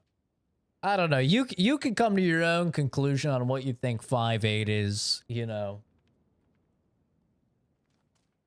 I'll tell you, I don't know what's in the fucking water in Arizona, but I feel small. I feel very small compared to the men and women walking around over here. My goodness. They are giant. They are massive. Very tall people. Like, I am routinely looking up at people. So, I don't know. Yeah, honestly, I think if you're, I think if you're like 5'10", you're Gucci. Like, I feel like 5'10" is like the perfect height for a dude. People will say 6 foot. I think 5'10" is perfect.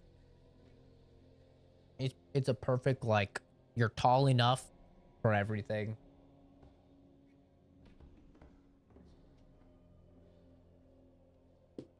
I'm not short. Yeah, no, I know that because on my ID, it says 5'11". And they measured me when I was at the DMV, and they put 5'11" on my license. And so I always thought I was 5'11". Like my whole life, I thought I was 5'11". Until just like a year or two ago, when I measured myself. I don't remember why, but I measured myself. I think it was to take my BMI. And I was 5'8". And I was like very clearly 5'8". It wasn't like 5'8.5". It wasn't like anything like that. It was 5'8". And I was like, okay, either I have shrunk 3 inches in a few years, which would be crazy for my age. Or they messed something up. Because I think I was wearing shoes when they measured me, but I'm not wearing fucking 3-inch shoes, bro. I wasn't going in there in high heels. What? So, but the reason I bring that up is because whenever I dated anybody, I always told them I was 5'11", because I thought I was 5'11", and I'd hang out with dudes and they would say that they're 6 foot and they're like about the same height as me, and I'm like, yeah, this checks out. I'm 5'11". And then I measured myself. I was 5'8". I was like, oh shit. But nobody knew. I didn't know. The girls I dated didn't know. My guy friends apparently didn't know. I don't know. Maybe they're capping when they say they're 6 foot. I mean, they are. Whether they know they are or not, I don't know. But I did bring it up to one of my friends. I was like, bro, I could have sworn you said you were 6 foot. He's like, yeah, I am. And I was like, dude, we were like the same height last time we hung out. And I just measured myself and I'm 5'8". And he's like, nah, dude, you messed up. And I was like, no, I didn't mess up. I definitely didn't mess up. I'm 5'8". Like, very clearly 5'8". Like, not even close. Like, I was bald. It's not like, you know, no hair was in the way, nothing. I was bald. I was 5'8". He's like, nah, man, I think you messed something up. I was like, okay. All right, if you say so. All right, time to make a barb. I'm gonna try out barb.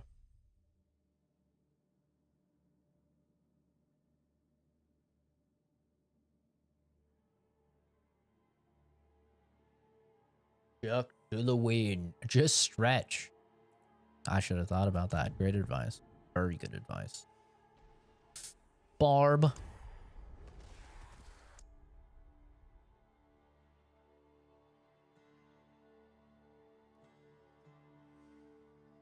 Hear me out.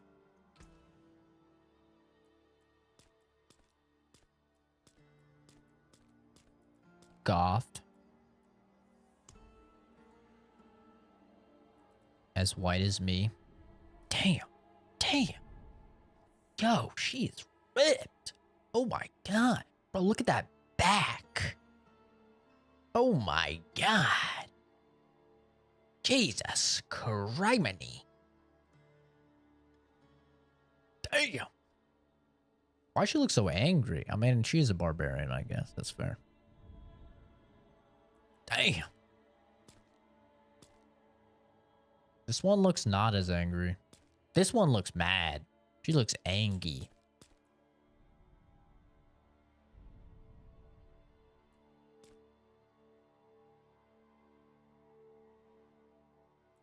No.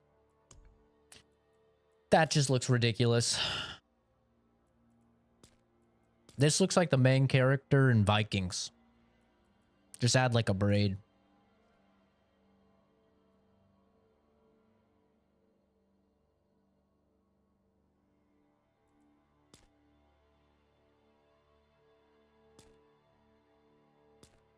Dude, I love this hair. This hair is so cute. Okay. Okay. This is the type of chick Animal goes crazy for. This right here, if this was a chick, Animal would just literally die. She would die. I've already made a character with this hair. This is the hair I would go for. This is my favorite hair.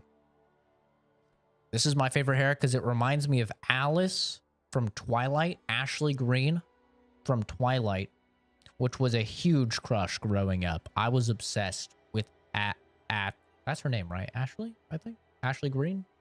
I think so. Alice from Twilight. Yeah, she was so hot. Oh my god. That little pixie cut.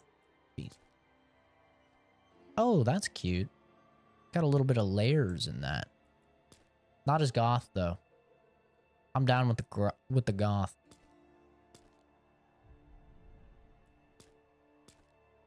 I know nothing about eyebrows. I'll be honest. I know nothing.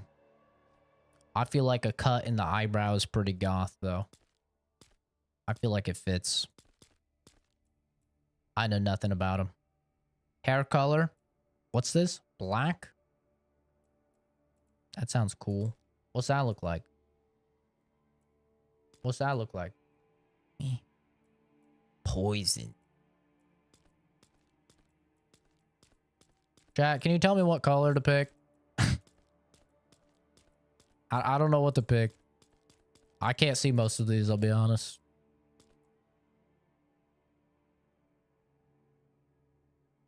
Muscle mommy goth girlfriend. Yeah, you know, I never thought I'd put all those words together, but I like it.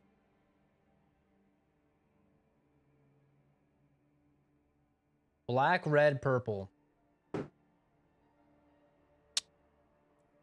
Okay. We have black. Auburn red. Scarlet. Isn't scarlet red? Where's purple? Velvet is purple, right? That looks gothy. I'm pretty sure velvet is purple. What color is a garnet? Man, I don't know my minerals. All right, I'll go with this. Unless I see something else in chat. Makeup. Okay. All right. Okay. Oh, I can change the color. It's got to be black, right? Blood. What? The... Oh, this is for the marking, not the makeup. My bad. It's like some Kiss stuff. Okay.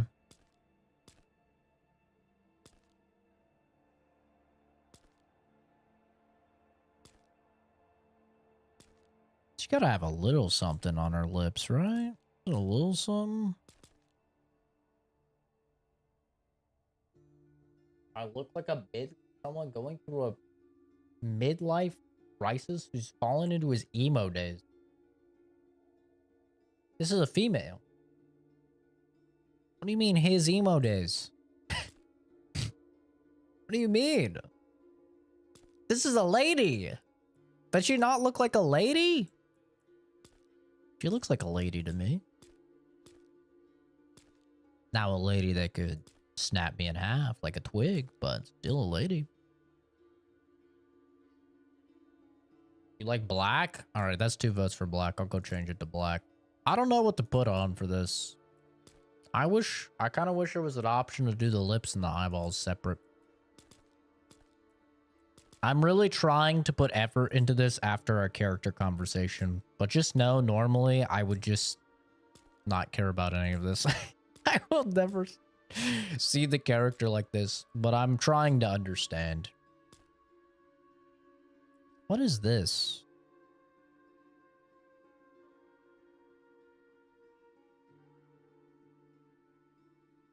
Fuck it.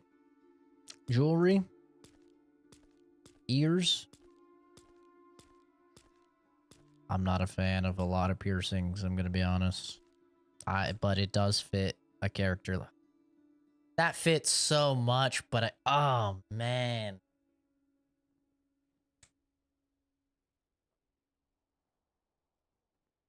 Longer hair? No, I'm not doing longer hair. I like this haircut. I like girls with short hair. Come at me all you want. I don't care. The hair stays. Man, it fits her so well, but I just hate the what's it called? A septum piercing? I hate a septum piercing. Oh, I hate it. Nothing against you if you have one. I just hate it. Earrings getting ripped out in combat. Yeah, but that may be a good proc for like a rage buff or something. So I think it might, you know, come in handy.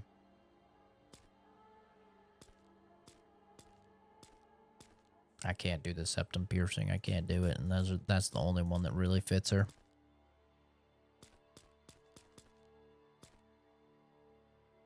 Not you with the septum. Hey, once again, you guys can do whatever you want to do. Damn, jawline check. Okay.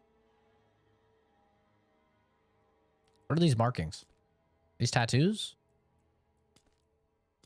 Oh, they are. Oh, they go on the face too. Okay. God damn, she is ripped, brother. Holy. Jesus.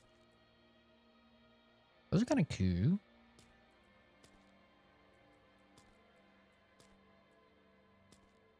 She's got to have something going on. She's a fucking barbarian.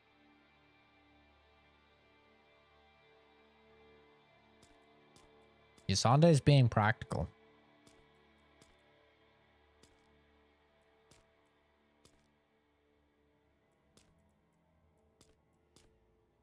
You know what this one reminds me of? It reminds me of this one girl I was talking to once, and she's like, "Oh, I just got this new tattoo. Do you want to see it?" And I was like, "I'm not the biggest. I'm not really the biggest like art guy. I don't know a lot about art, but yeah, you could send it if you want to." And then she sent me a picture, and it was her holding her shirt up like right here with underboob, and it was like a tattoo like right here. And she's like, what do you think about the tattoo? And I was like, yep, looks cool. And then I told my friend about it, and he was like, bro, she wanted you. And I was like, it's like, yeah, I don't know, dude. I don't know about that. He's like, bro, she wanted you. I was like, I think she probably just wanted to show me the tattoo. He's like, dude, she just wanted to show you the tattoo. Why'd she have the underboob? And I was like, I don't know. I don't know. I don't know, man. I don't understand girls. I don't understand tattoos. He's like, bro, the tattoo stops here. Why does she have to include half her tit in it? I was like, okay, wait. You might actually be making sense for a second. I was like, okay, wait a sec. Now you're making a lot of sense. Do they not have black? They don't have like black? I guess inked is black? Ink is black, right? I think that's fine. We'll change the hair to black. Black. Okay. How do I get lucky with women? I talk to them. That's it. That's it. I talk to them. I don't know what else to say. I genuinely do not know. I actually have no idea. And most of the time, I have to be told that people are into me because I don't understand. What should she be named?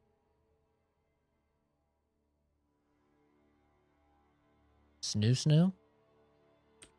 How do you spell Snoo Snoo? Can you put a space? No. Unfortunate. Is it Snoo Snoo? You know, you know. I'm looking it up. It is SNU. Snoo Snoo. Yeah. Oh, yeah. I'm locking it in. Yeah, no, I'll be honest. I have no idea. I have literally no idea.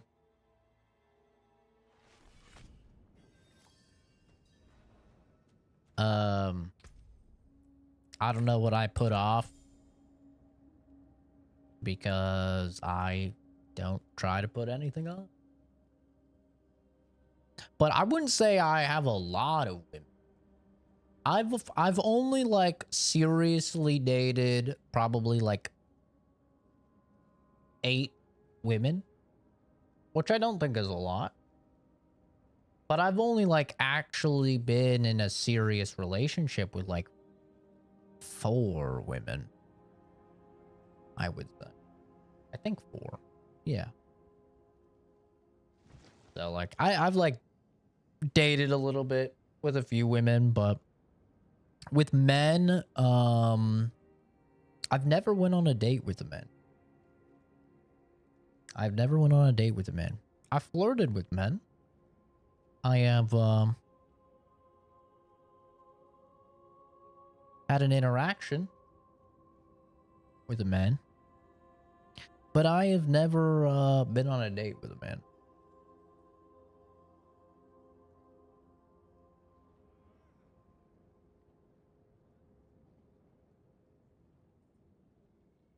Milk, dude. I can't believe some people don't drink milk. Milk is so.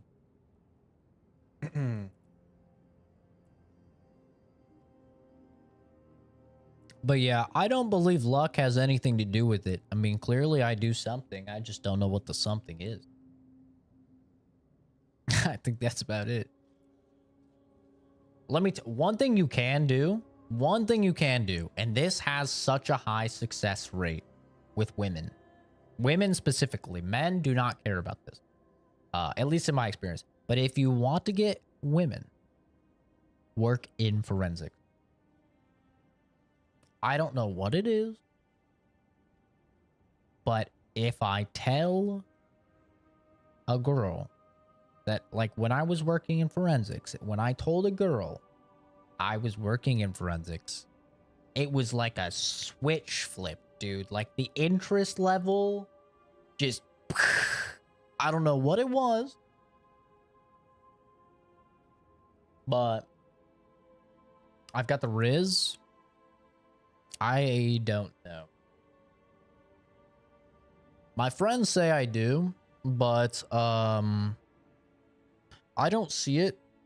I'll be honest. I think if you were to ask me like my genuine thoughts on why I think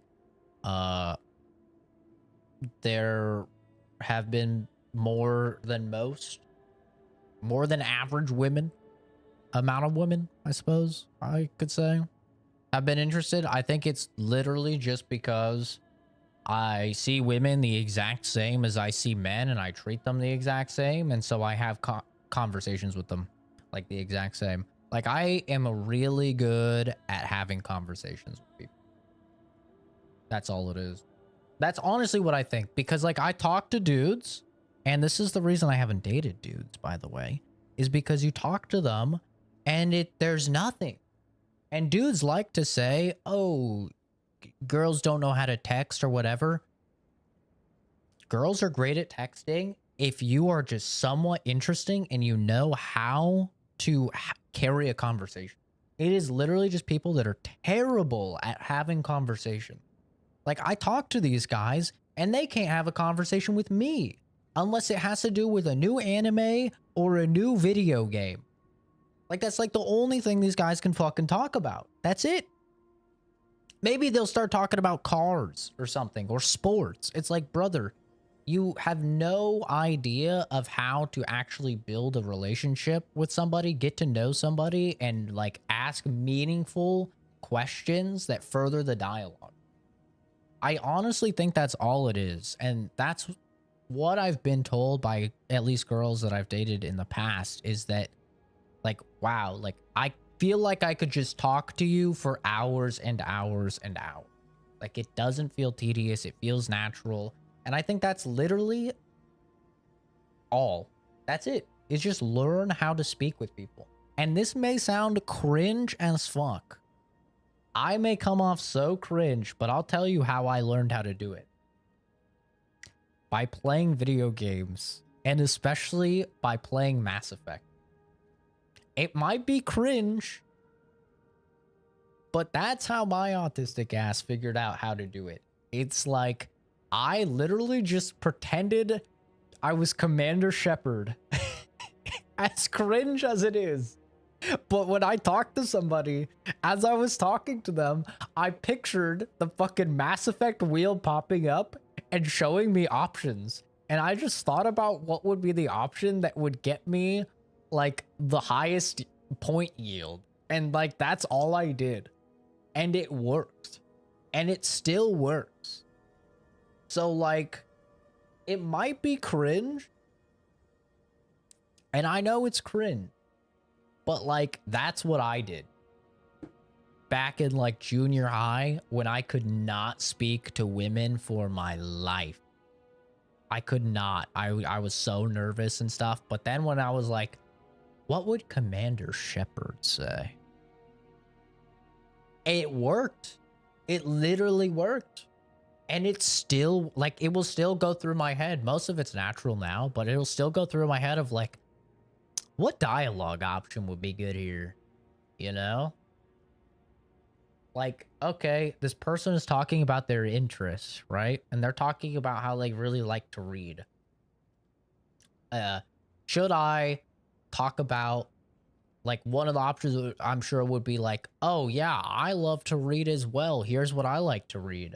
Like, okay, well, you don't want to make it too much about yourself. You want to keep it on them until they ask you something, until they want to know more about you. Because not only does that show that they have interest in you, which this is the easiest way you can figure out if you're a guy, or this works just in general with people. If you want to know if somebody's actually genuinely interested in you and you're just starting a conversation, ask them their name afterwards. Like, talk to them for a little bit. Go, by the way, what's your name? If they reciprocate and if they answer and then they ask your name, they have some sort of interest in you. If they don't, which sometimes they won't, if they don't ask for your name in return or anything, they might not be interested. Now, some people most definitely do it because it's common courtesy and it's just like a manners type thing. But sometimes people won't. And that is a very clear indicator they're not interested. But yeah, I mean, in general, I just think about like, what is the thing? I try and have people talk about themselves until they ask me something. And then I go, okay, now they have an interest in me. Now I'll talk about myself. But a lot of people, they just talk about themselves. And I know that's probably a little ironic coming from somebody that's streaming. And so I mostly only talk about myself. But that's because I don't, you know, it's not like a natural conversation flow when I'm speaking to chat or something like that. It's a very different. But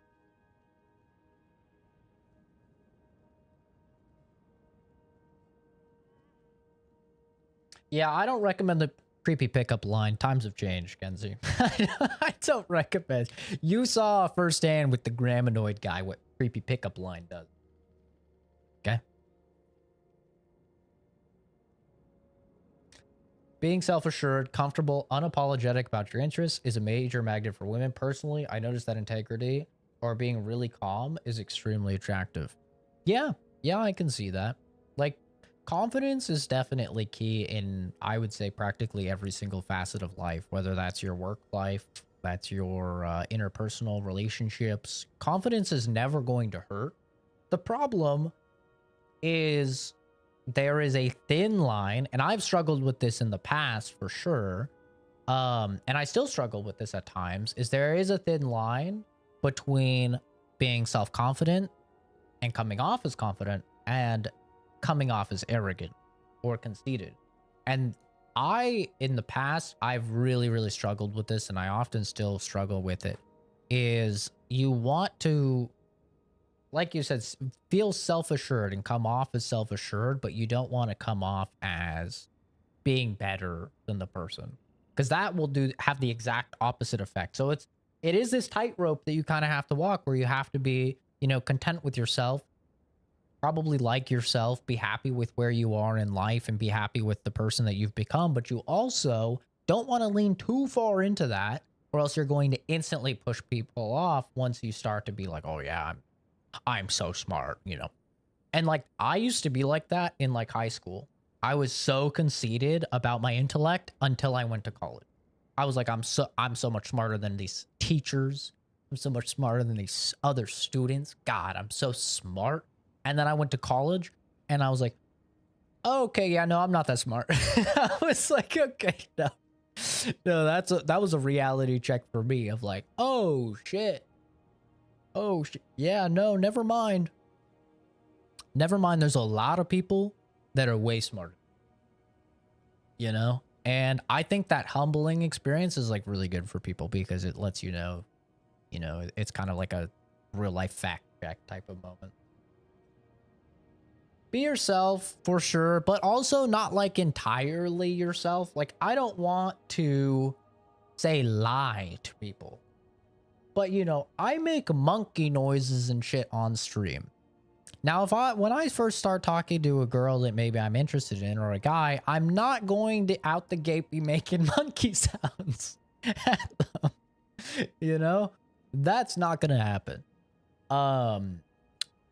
So yes, you know, be yourself. Don't be fake or anything like that. But you know, I think a lot of us have weird things, and it's expected to find out those weird things the deeper you get to know somebody and the more time you spend around them, you know. So I think it is important to, yes, be yourself, but a lot of people say be yourself and they're like, okay, well, I tell a bunch of racist jokes with my friend, so I'm just gonna tell a bunch of racist jokes with this person I'm talking to. And it's like, no, don't do that. Don't do it. Like, you get to that point eventually where the person learns you're not racist, right? And then like maybe they can appreciate some edgy humor. But don't just come out the gate like doing stuff like that, right? You gotta work up to it. Eventually, yeah, I'm gonna be making monkey sounds, and I'm probably going to expect, you know, reciprocation of monkey sound. Absolutely. But that's significantly down the road. You know, we're not gonna have a coffee date at Starbucks and I'm gonna or something like that, you know. There's level for sure.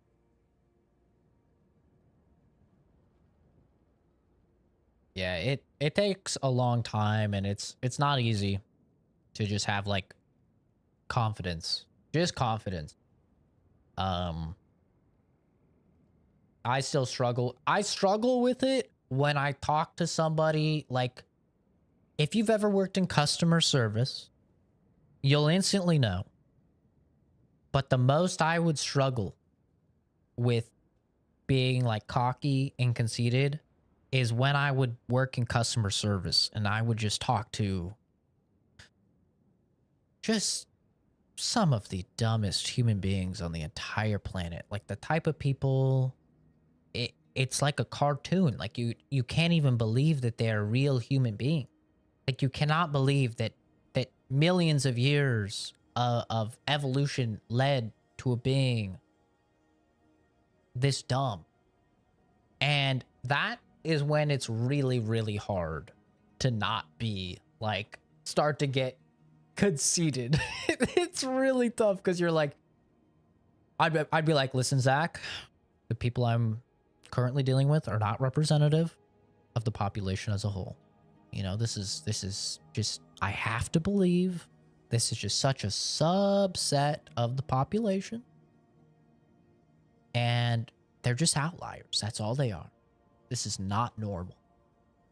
You know, but then when I go through the YouTube comment section, it makes me go, ooh, okay, no, this is also a subset of people. This is not indicative of the normal person. You know, it's tough. But we should return to monkey, absolutely. Yeah, self-esteem is tough for a lot of people. For many reasons, you know, some of it deeper than others. And I can relate with that. I used to really dislike myself. I struggled with that. I struggled with my, you know, my appearance. I did struggle with my social skills when I was particularly young. I struggled with a lot of that stuff, but, you know, years and years and years of working on yourself and, you know, turning 28 soon here, right? That's a lot of time to work on yourself. I'm comfortable with myself now. Yeah, there's things I'm still self-conscious about. I've talked about them on stream. You know, there's absolutely still things that I'm not like super confident about. But in general, me as a person, I'm happy with. Like, I'm happy with where I'm at. in terms of job. I'm happy with where I'm at in terms of relationships with my family, the amount of friends I have, romantic relationships, the experience that I've had.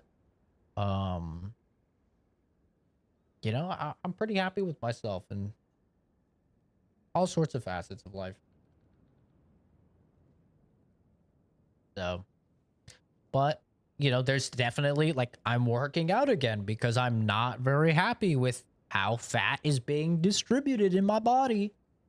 Right? So it's like there's still things I'm definitely working on, and I think it's not a good thing to be like entirely content. Like I don't want to ever be entirely content. I always want to have something that I can work for, some goal to attain, some sort of thing to shoot for, because that gives me a purpose in life, you know?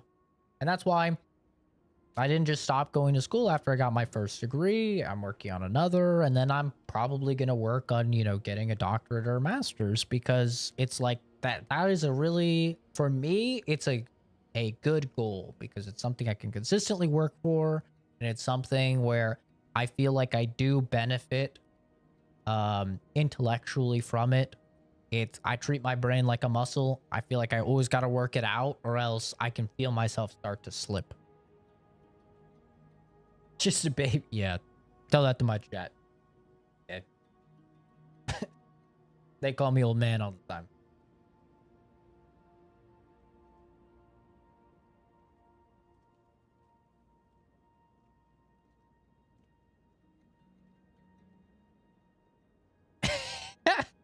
Yeah, see, that's a good example.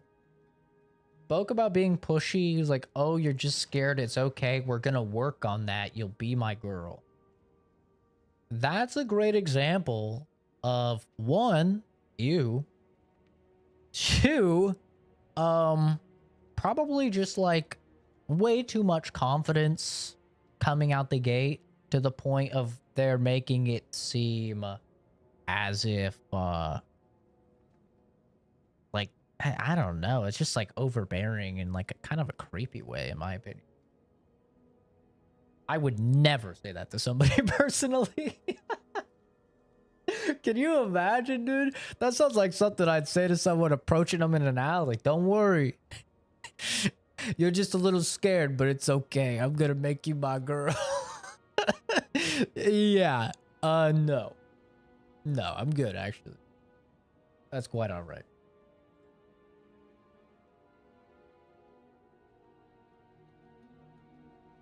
Yeah, no, Kenzie, actually, like, I worked at DHL, which is like an international shipping company, when I was first getting my degree, and it was a lot of stuff like that.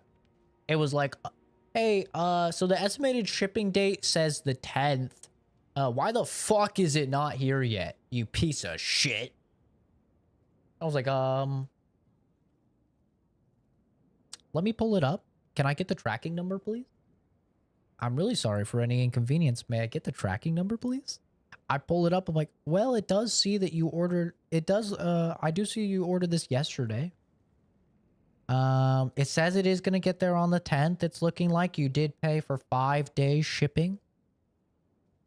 And, it's going to get there on the 10th. It is currently the 5th. So, is there anything else I can help you with? Like, this doesn't make any fucking sense. What the hell? I went on your guys' website. You said you're the fastest. What the hell? I'm like, yeah, I do understand your frustration. And sometimes I'd have to mute. I'd be like, what the fuck is this guy talking about? I'd be like, I understand your frustration.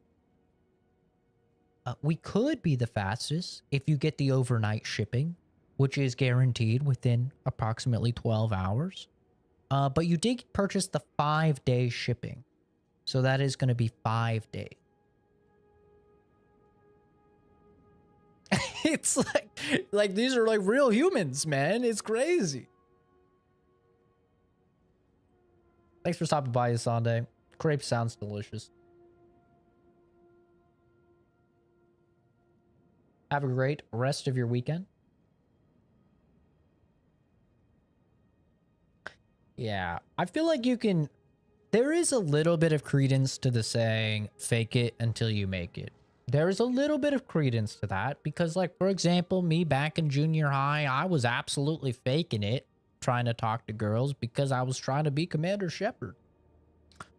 I wasn't Commander Shepard. You know? I wasn't even like the gerbil in Mass Effect 3. You know, I was like probably a tier below that. So, for me, it was absolutely a fake it till you make it. But, yeah, you don't want to come off that aggressive if you're trying to fake confidence. My idea of like fake it until you make it is like force yourself to make eye contact when you talk to them. Like that's a good fake it until you make it because you force yourself to do eye contact until eventually you just do eye contact. Now for me, I can't do eye contact. I can't do it. Like maybe I could do it for like a little baby bit. Like I can sometimes force myself to do eye contact through like an interview. I try and do it through an interview for sure. And now that we have Zoom interviews, that's awesome. Because I can look at this fucking camera all day. I could look right in your guys' soul. I could do this all day. All day. And this is not the NVIDIA filter that's making my eyes turn to you. This is all natural. But if you were a real human being, I would not be able to look at you in the eye. I wouldn't be able to do it. I can't. And that is a very common trait of autistic people. I don't know what it is. I'll be honest. I don't understand it, but I can't not do it. But it is a great thing to do if you're a normal human because it does show confidence. It's engaging. It is engaging. It's a good thing to do. If you are capable of it, I would recommend it because there's all sorts of studies that show that people have more favorable views of you when you have eye contact with them. But I can't. I cannot eye contact. Like, I cannot do it. Dude, they say like, you know, you can stare at your dog's eye. You can stare your dog in the eyes. And then if they look away, then they're, you know, they view you as like the alpha or whatever. I'm the one that looks away. Momo probably feels like he's the king of the house, especially with that fucking giant beanbag that he's always sitting in. He probably feels like the damn king of the house because I can't even do eye contact with Momo, dude. Yeah, I can't. It's funny, they have like these YouTube videos that are like 20 hours of eye contact practice, and I can't. I cannot do it. Like if I watch an ASMR video and it's one of those like follow my instructions videos and the person is like, all right, now, you know, look at my finger over here, look at my finger over here. All right, now look at my nose, look at my finger, now look at my eyes. I'm literally just like, yep, following along. I can't do it. I'm like, I failed. I can't do it. I can't look you in the eyes. Momo's throne. He does have a throne, honestly. He does not like when I sit on that beanbag. If I put him in the kennel and I go, okay, Momo, it's time for bed. And I put him in the kennel and I close the kennel and then I lay in the beanbag, he gets mad. He gets fucking angry. He's like, bitch, what are you doing in my beanbag? And I'm in the kennel? Who do you think you are? It's pretty funny, though. Sometimes I act like I go to sleep on the beanbag while he's in there. And he's so he's just like... Like, he doesn't full bark, but he does, like, the little, like... You know, almost bark. And he'll even like paw at the kennel door. He gets upset.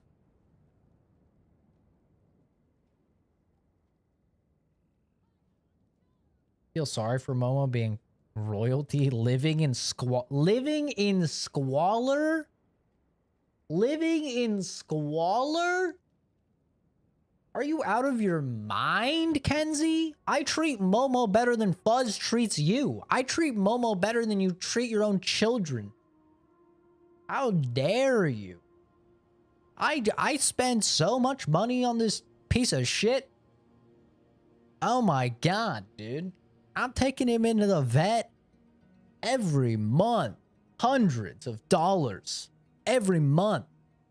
Just to make sure everything's good. Oh yeah, let's clip your nails. Let's give you a little head massage. Ooh, $50 extra. Yeah, sure. Do whatever you need. Go ahead, man. How dare you living in squalor? This dog is the most fucking spoiled dog I've ever seen in my life. I mean, I spoil him like a white girl with a little fucking poofy dog in her purse. How dare you? I'll settle for you saying I live in fucking a nasty bed or whatever. How dare you? I clean his bed all the fucking time. All the time I clean his bed. At least every month. If not every 3 weeks, I'm cleaning his bed. And he doesn't even like that, by the way. He hates that because it gets rid of his smell. I don't care. I do it anyway. So he's clean and I don't have to worry about him getting any sort of lice or anything.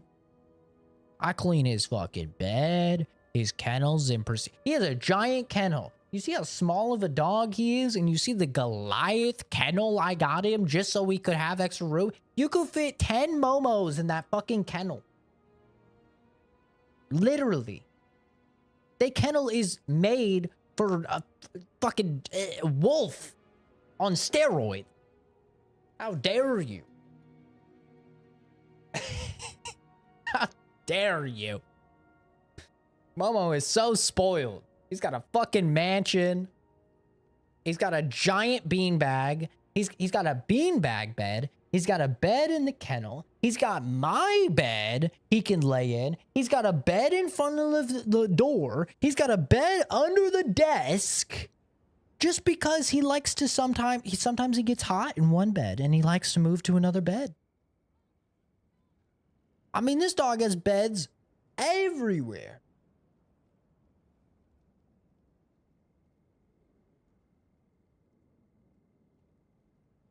I'm just saying. This dog's fucking spoiled. Yeah, he's spoiled. And still, by the way, still, this bastard gets an ear infection every couple months. Which, if that doesn't go to show, because I guarantee you there's fucking dogs out on the street, stray dogs out on the street, not getting ear infections.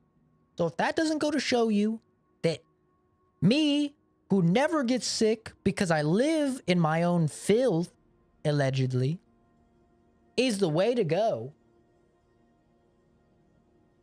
over Momo, who has his bed cleaned all the time, and he's cleaned all the time, and all sorts of wonderful treatments, and he's getting sick all the time. I mean, I don't know.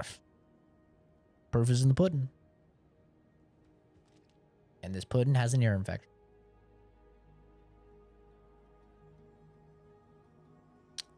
Yeah, it is a Frito scent. It's absolutely a Frito scent.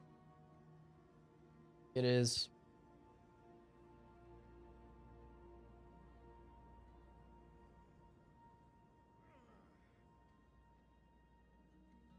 That's another reason why I wash it.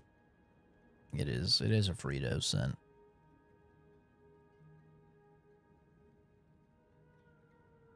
Now my bed doesn't have it. He doesn't really like my bed. Honestly, he doesn't lay in my bed unless I'm laying in my bed. Like, it's very rare. Sometimes if I'm throwing his toy in here and I throw it up on my bed, he'll he'll get it, and then he'll be like, I'm fat and lazy, I don't want to run back. And then he'll just like lay on my bed to chew on his toy. But that's about it. Like, he really only sleeps in the bed when I do. It's true. Momo is fucking spoiled. I can be accused of many things, but one thing I cannot be accused of is treating Momo poorly. Okay? Because that's fake news. Anyway, we're actually going to play the video game. There is a video game. I don't know if you noticed. It is 90% of the screen. And I am going to play. Okay. I know nothing about Barb, so I'm going to have to read all this stuff. Lunge forward, strike a dude. Seems good. It deals extra damage. And it heals you when it damages a healthy enemy. Okay. Inflicts bleeding. Critical strike give you berserking. Sounds cool. Berserking is 25% increased damage. 15% increased movement speed. Sounds cool. It's time to start work.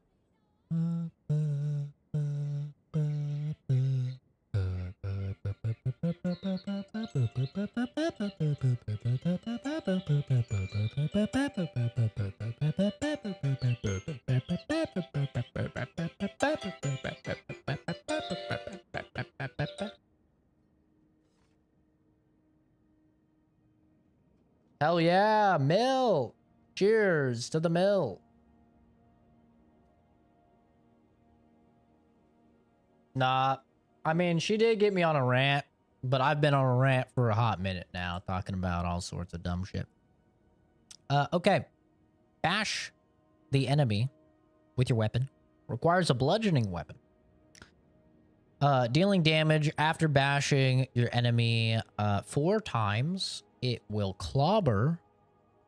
What are we, the fucking thing? Stunning enemies for 1.5 seconds. Clobber twice as often using a 2-handed weapon. Okay. Clobber gives you Fortify. Clobbering generates Fury. After critically striking 4 times with a bash using a 2-handed weapon, your next core or mastery. That's so niche. Unleash a rapid flurry of blows, dealing damage with each pair of hits. If frenzy hits an enemy, its attack speed is increased. That sounded like the best one so far. While it's granted a bonus attack speed, it also generates 3 additional fury. Damage reduction. While berserking, your other skills gain 5% attack speed for each frenzy. Play. Play the enemy, dealing damage and inflicting bleeding damage. 15% chance to make the enemy vulnerable. Double this if using a 2-handed weapon. Flay it deals direct damage to an enemy, they take increased bleeding from you. When Flay deals direct damage to an enemy, you gain damage reduction. This sounds cool. What do we have? So this is the gimmick of the Barbarian. So the Barbarian is essentially the master of all weapons. So you get not only a 2-handed bludgeon, but you also get a 2-handed slashing, and you get a main hand and an offhand. So this is kind of the gimmick of the character. This is why the character has been so extremely overpowered, basically since the launch of the game, is because even though you're not using these weapons, you still gain the abilities on the weapon. Like if I'm using the one that's only, you know, dual wield, even though I'm only using these 2, I can still put legendary powers on this and this, and I still benefit from them. That's why this character has kind of been broken as all hell.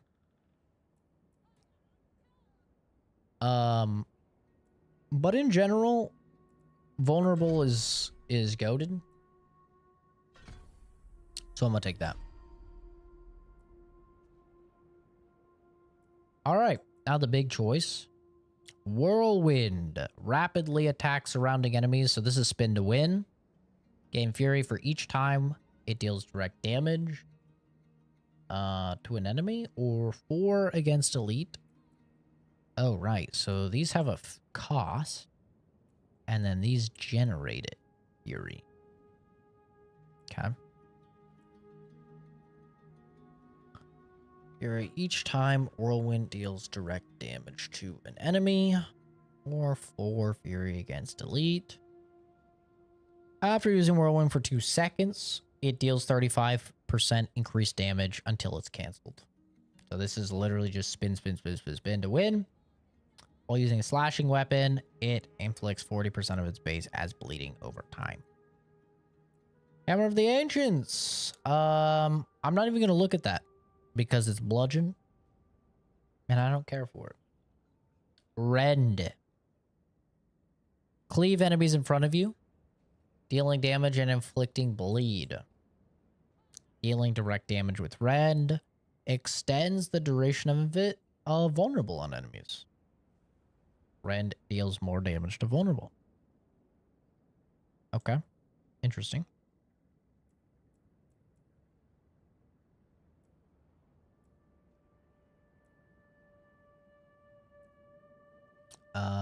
Tear into the ground with your weapon. Fling debris forward. Okay. Can stun everybody. You gain berserking for 3 seconds. Increase to 5 seconds if it damages at least 4. Dealing direct damage to an enemy with a skill that is not upheaval causes your next cast of upheaval to deal increased damage. That's kind of interesting. It's almost like a landslide. Double swing. Sweep your weapons from opposite directions, dealing 16 to 19 damage with each weapon. Enemies caught in the center are damaged by both. Your arms are uneven in length. That happens. You look like the Cloverfield monster.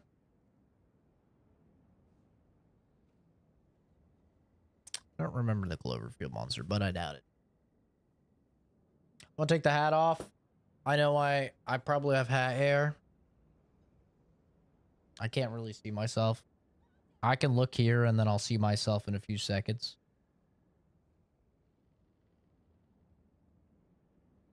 Yep, I have hat hair. I have turbo hat hair. Let's see if I can just feel this out.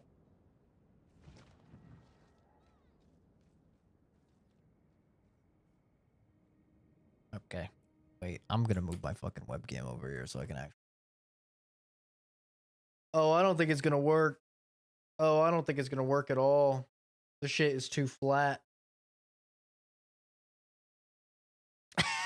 Oh, it looks so much worse. I look like fucking Willy Wonka. Never mind. Put it back. Oh my god, bro. I'm looking like fucking Willy Wonka. Yo, what if we tie it up? I wonder if it is long enough to tie up.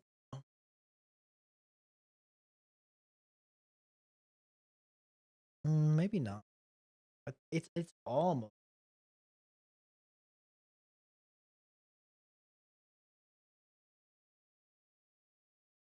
It's getting there. Slowly but surely. It is getting there. I don't know. Be a very small bun. Yeah, fuck it. This is what we're rocking. I wish it would like go back better. You know? Like if it would like stay like this, but not as tight. Like something like this. That'd be nice. But it refuses. It doesn't do it. Oh well. Oh well. It is what it is. The hat hair is what it is. Ponytail. I did have a ponytail for quite a while. Your core and weapon mastery skills have up to a 10% chance to make them vulnerable.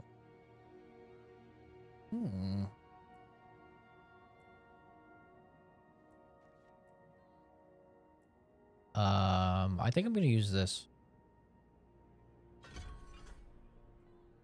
Double swing damages a stunned or knocked down enemy.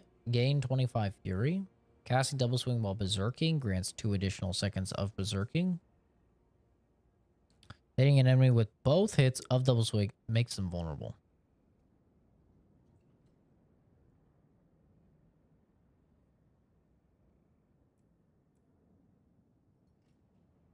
Interesting.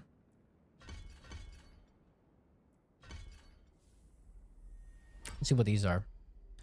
Defensive skills. Well, like coconut milk. I mean, I use it when I'm cooking like curry or something. I don't think I've ever just drank coconut milk before. Maybe I have. I don't know. I don't like coconut water. I know that for sure. I do not fuck with coconut water. Smash the ground, dealing damage and stunning people. Oh, okay. Generates 60 fury.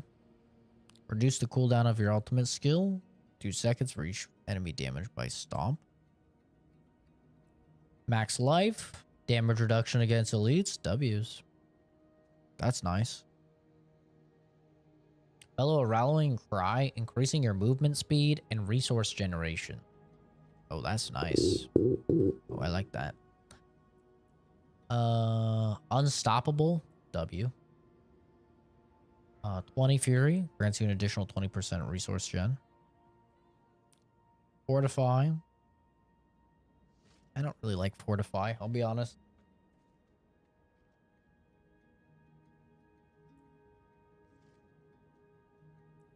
A barrier absorbs 50% of your missing life. Weird. Very strange. God, my hair's pissing me off. I might throw the hat on just because it's pissing me off. Why won't it all just do the same thing? Why is it weird? I really gotta get a haircut one of these days. Maybe that would help. Thorns. Have extra thorns for your life. Increase your thorns. When enemies get hit, they take additional thorns as bleeding. Taunt nearby enemies. Gain damage reduction.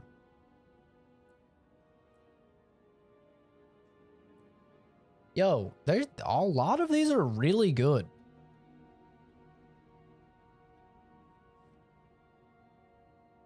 A lot of these are actually like really, really good.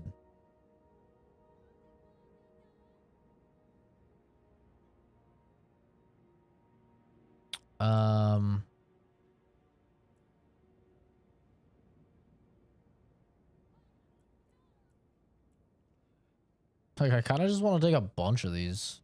Put one more point in that.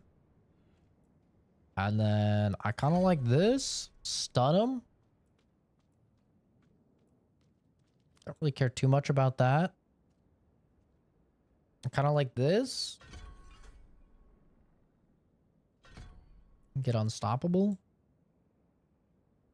Okay, I fuck with that. You. Did I just hear you praying for that triumph, Phils? Only for the light to save us, brethren, my lord.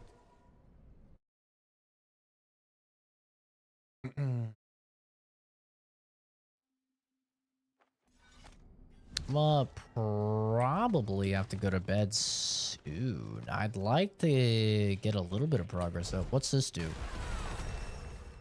Just fucking come on and slay him.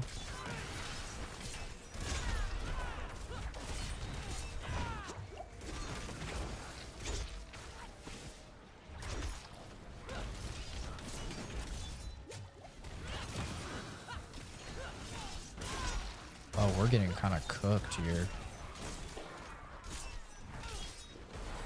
Man, it's weird playing melee.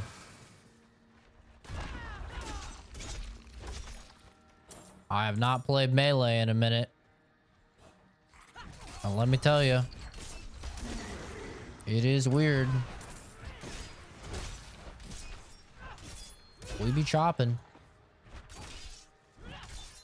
I mean, I can just chop these guys once and they'll actually just die from bleeding. Our first elite. See ya, bitch. I need more fury. Wow. Okay. Relax.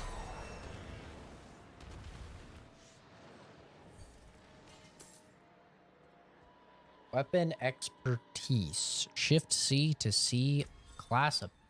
The fuck? Kill monsters to increase the rank of your weapons and unlock better bonus.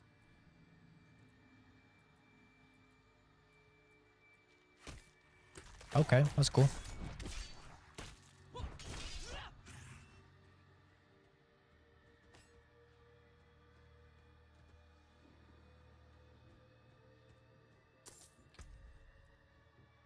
Don't worry about her, Jace. Just a memory of a goldfish you won't remember.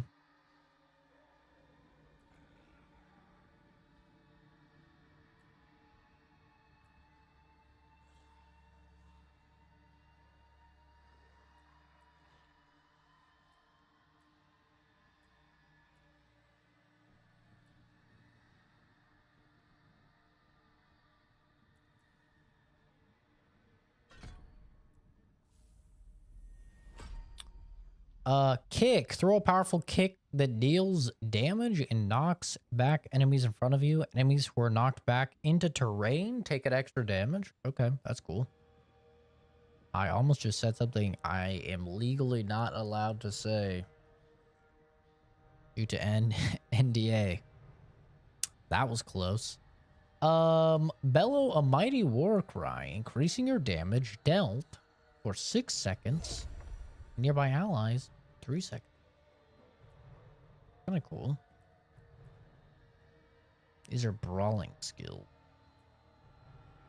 Become unstoppable, rush forward, pushing your enemies and then swinging through them with you, then swinging through them and knocking them back. Leap.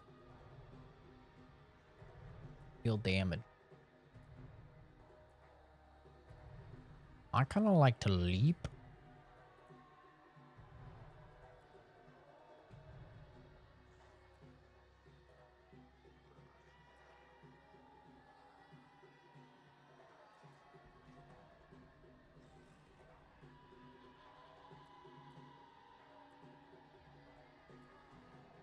He's knocked back into terrain. They get stunned. It's kind of cool.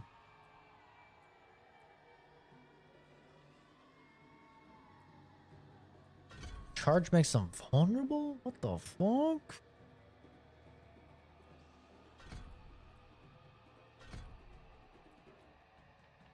Just a movement speed increase? Dude, passives are kind of crazy. They're actually crazy on this class.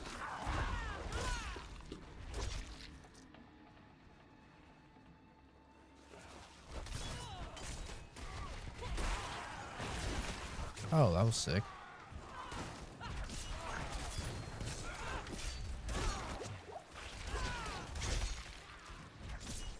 You goddamn little maggots.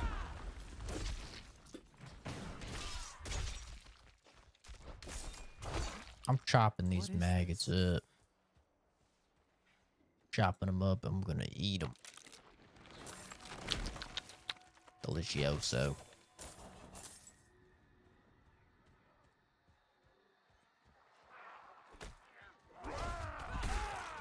That's cool. I like that ability. Oh, I just chopped his little fucking head off. Hell yeah.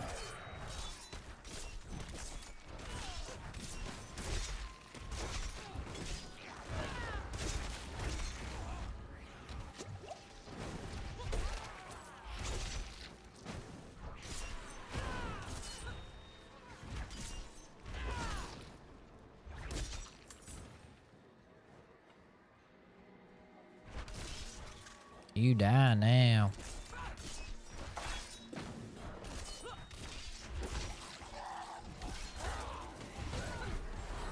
Oh, yeah. Oh, chop his fucking head off.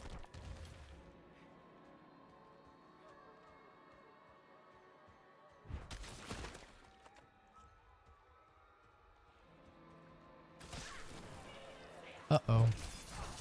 Is this an event? What is this?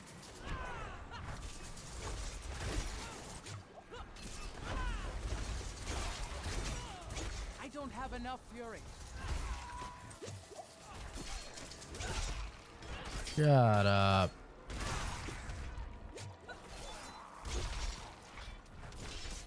I need more fury.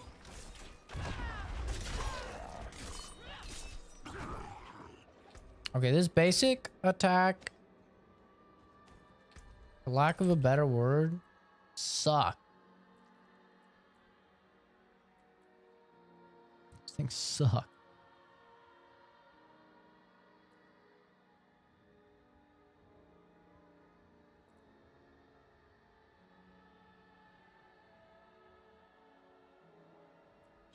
Taking lunging strike.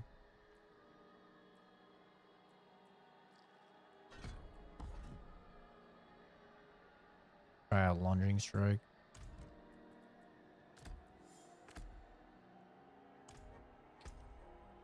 Stay.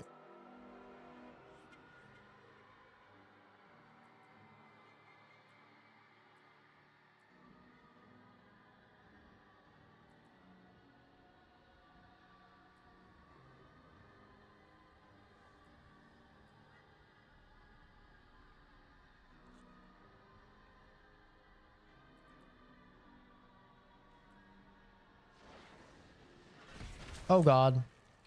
The game's trolling.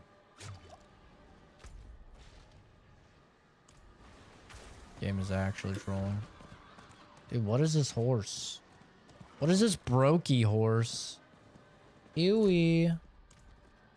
Imagine not paying money for skins. Gross, am I right? I need more fury.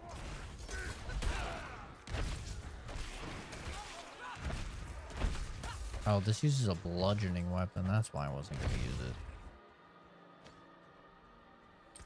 Alright, let's swap again. God damn it.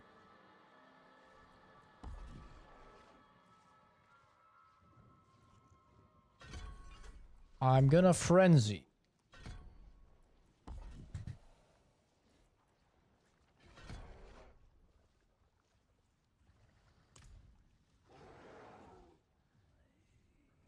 Grab a Momo. Oh shit.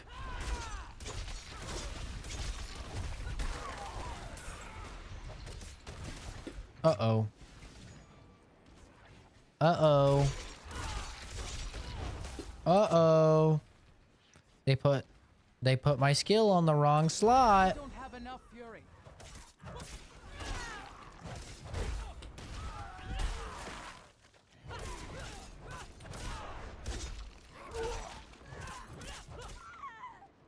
Yeah, we're chopping. Oh, I love that you just fucking chop their head off. Oh, or you just chop the fat man in half. Yeah, I like that. I like that. Like chop fat man in half.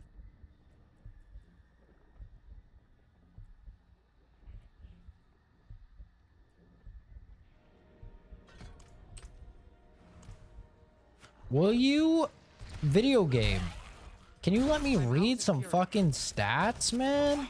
Honestly. Jesus. Can you put this on the right thingy, please? Thank you. Oh. Oh, yeah. Oh, I'm kidding. Uh-oh. Uh-oh. Oh, yeah. Yeah, that felt good.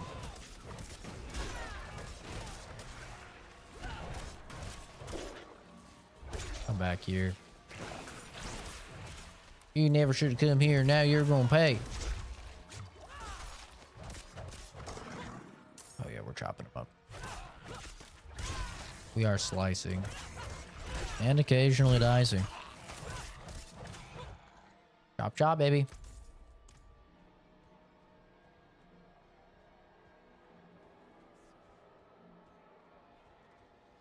Moo, I'm a cow. Moo, I'm a cow.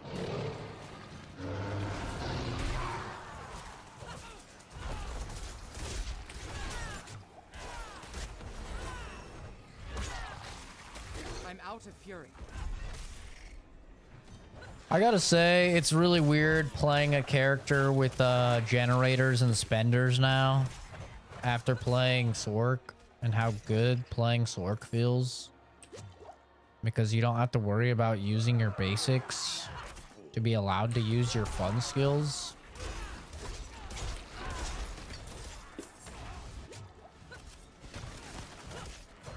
I'm not a fan of the generator spender meta, which I know like might sound weird since I'm a druid lover, but it's like definitely the worst thing about playing druid.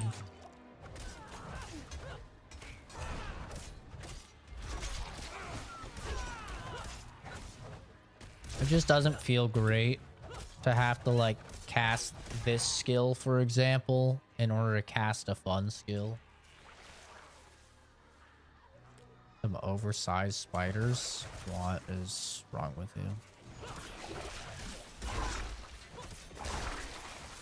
Now, fighting spiders is going to be AIDS as melee, because they're just going to explode poison all over me. It's going to be terrible.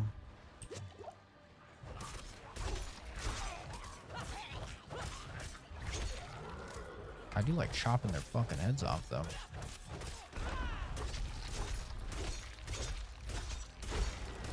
Wow, you were just a bit of a liver, aren't you? Bro's never heard of dying. The gift of mysteries. Oh my god.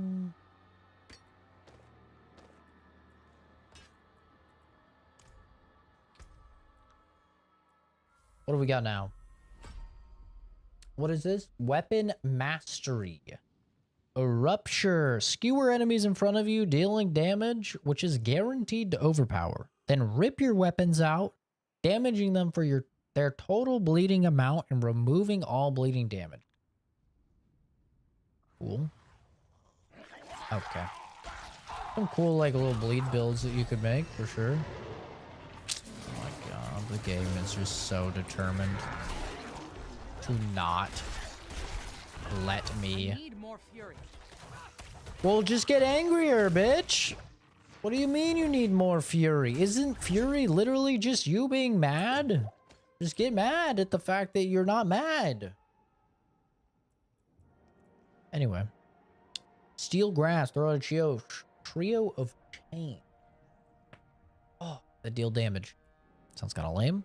Attempt a killing strike, dealing damage to enemies in front of you. If this kills an enemy, its cooldown is reset. Wait, what?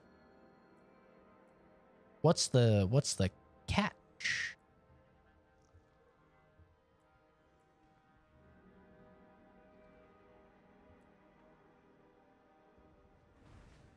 What's the catch?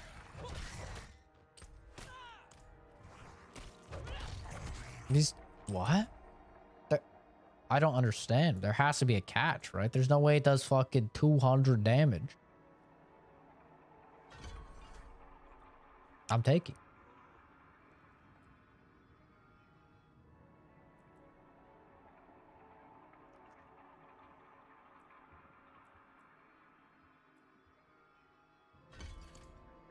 Wait, this sounds like I could literally just cast this on everything. Like...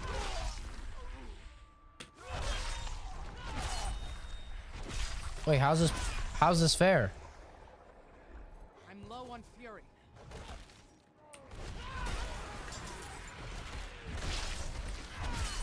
Wait, how is this fair? I'm afraid. None of this stuff has 200 health. How is this fair? It's...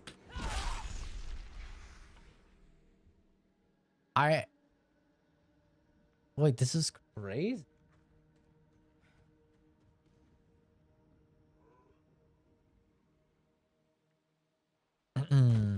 No, I don't see anything fire related as of yet.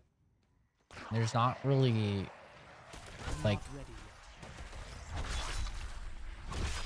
like how is it? I don't understand how this is balanced. Oh, there we go. Okay, finally something didn't die. I'm not ready yet.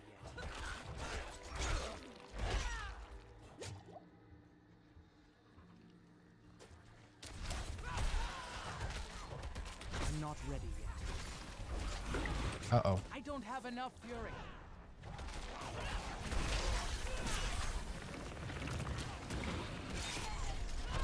I'm not ready yet. It literally is ready. Oh, I guess it can miss. Maybe that's how it's like more balanced. Uh-oh. Oh yeah, we're dead. Oh yeah, we're dead. Okay, I'm fine.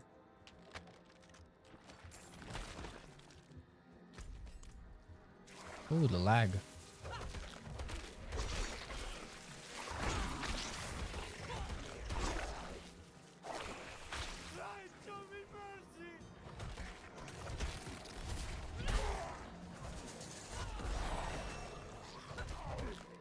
Okay.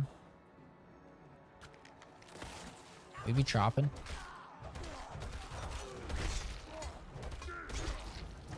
It's very satisfying, like chopping dudes' heads off and stuff.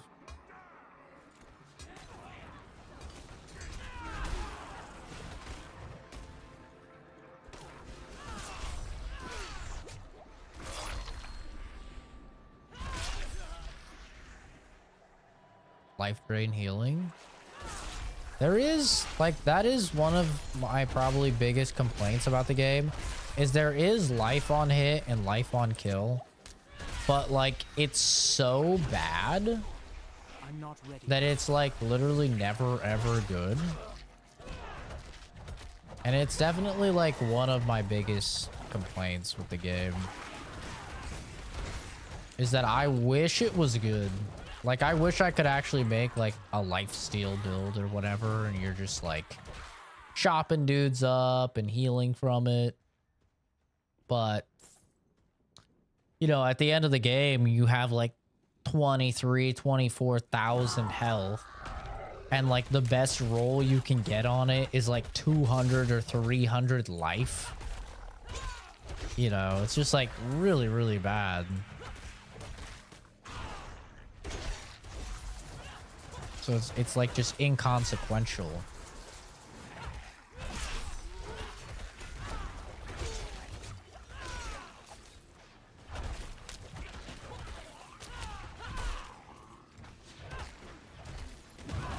But I wish I could do like a cool build like that.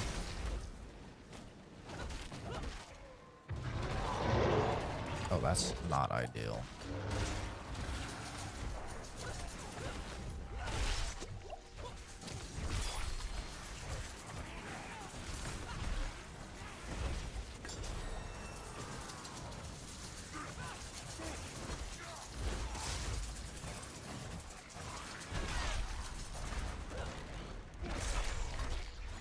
I'm not ready yet.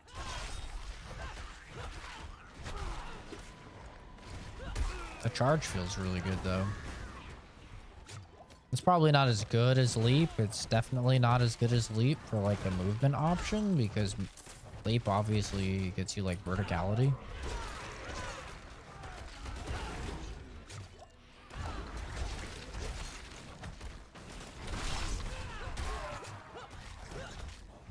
I'm not ready yet.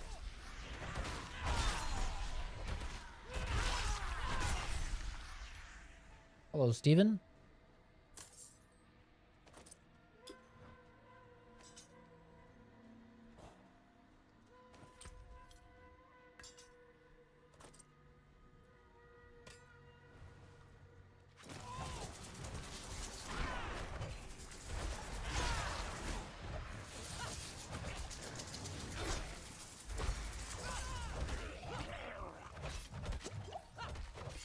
It's gonna take me a minute to get used to meleeing again. Feels so weird.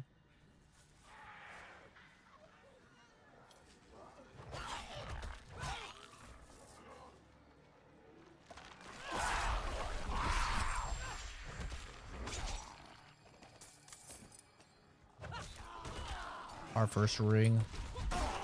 Huge.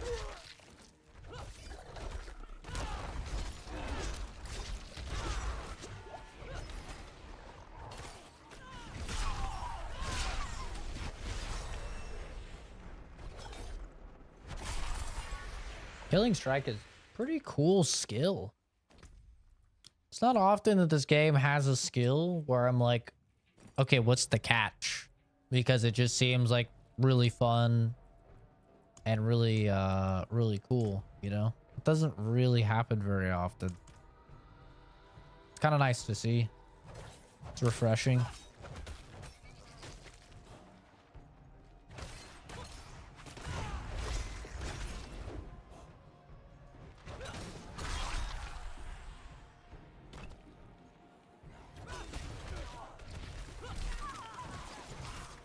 Oh yeah, that's not ideal.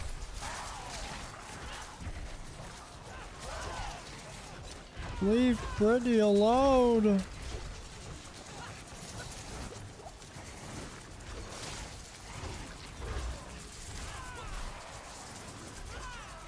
All right, shamans.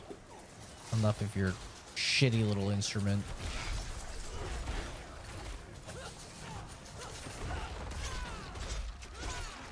I don't have enough fury.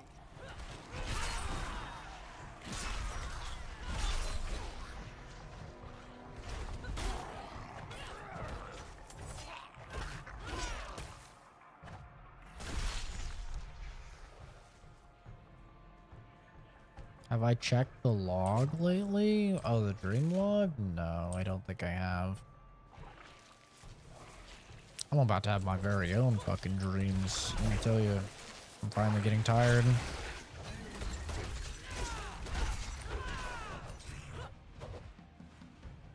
Why are you running? Why are you running?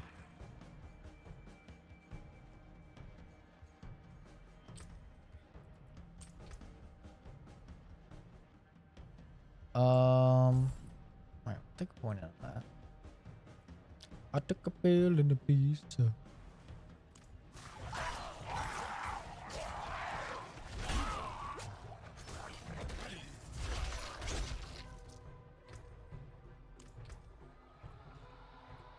Interesting. So you could actually make this a generator, essentially. Could be kind of crazy.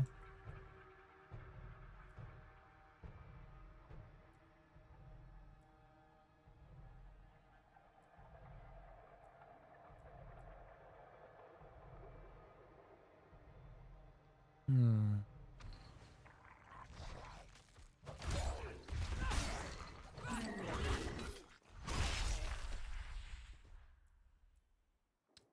So this is really good. Just damage and damage reduction. Crit strike chance. It's good.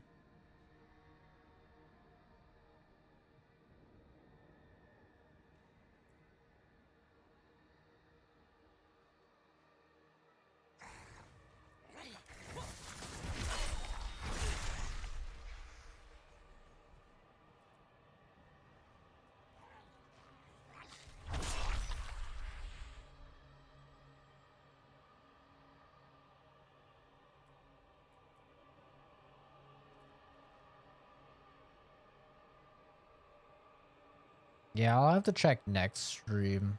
I don't want to read it while I'm tired.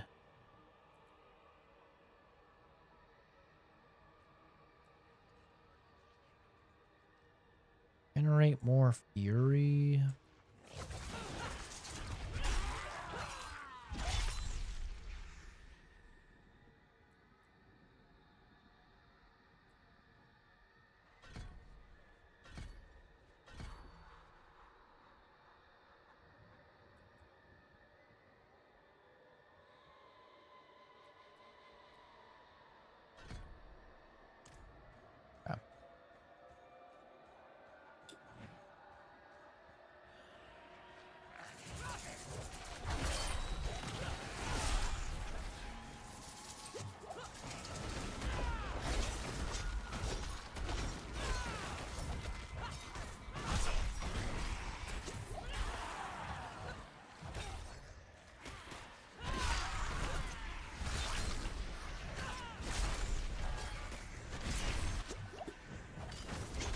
not ready yet.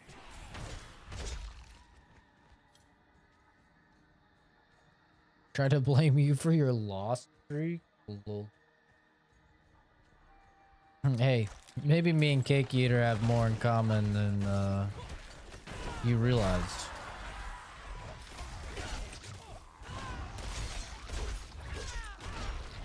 I'm not ready yet.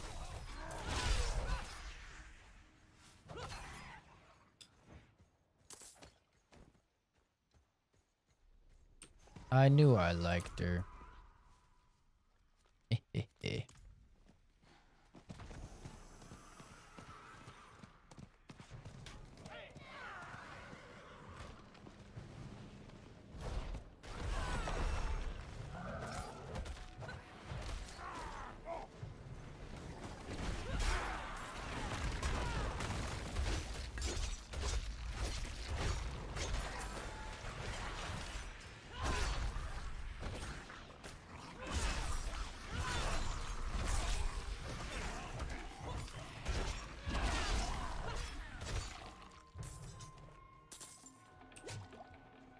What a reminder you were half asleep yesterday.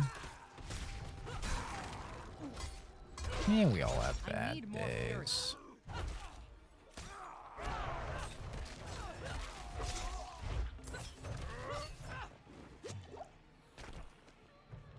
Some of us just have bad days more often than others.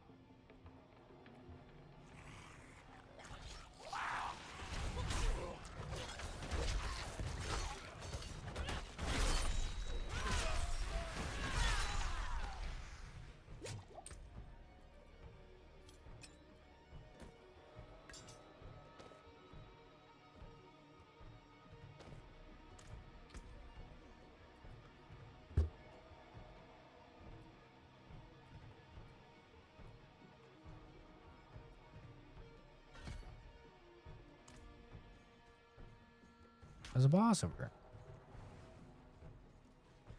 You know what I just realized? I just realized that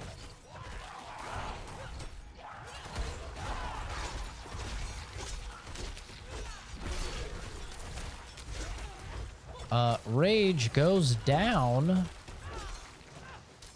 as you aren't killing people. I'm not ready. Which, you know, makes a lot of sense. Lore-wise.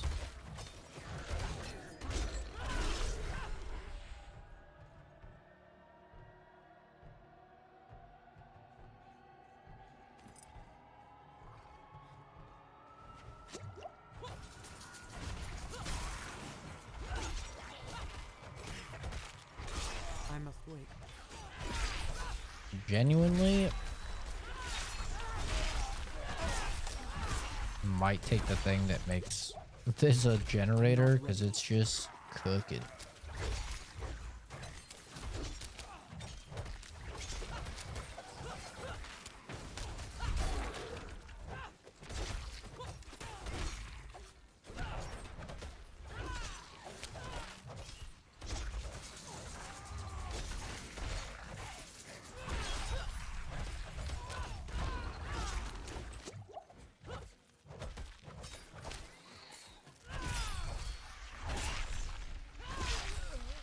Yeah, I just be chopping dudes into little pieces, you know.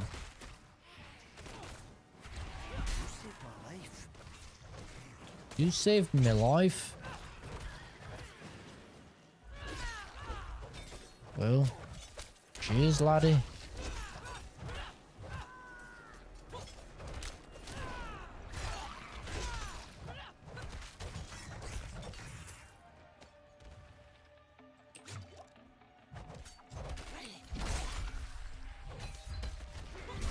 So what do you get?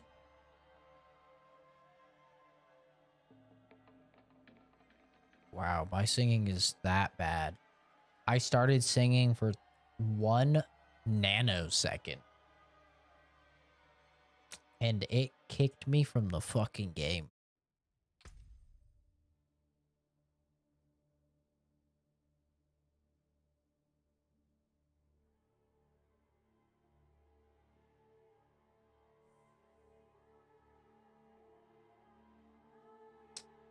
Well, I think God himself just told me it's time for bed. Look at that fucking skin. Look at that fucking skin. Sheesh. $25, by the way. Sheesh. Worth. Oh, the man does have, the male version does have the fucking collar as well. It does still have the collar. Okay. It just goes out more than the girls. The girls comes up a bit more. That armor was hard. Really. Anyway, I'm gonna go to bed. It's 5:30 a.m. I'm gonna go to bed.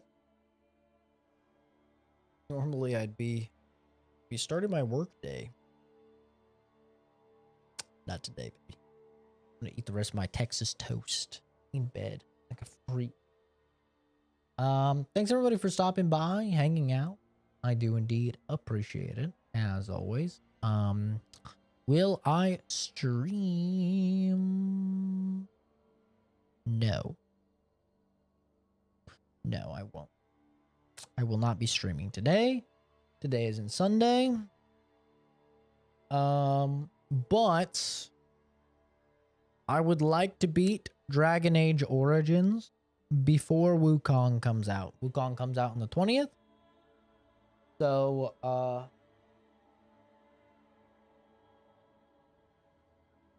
we have tomorrow. Fuck.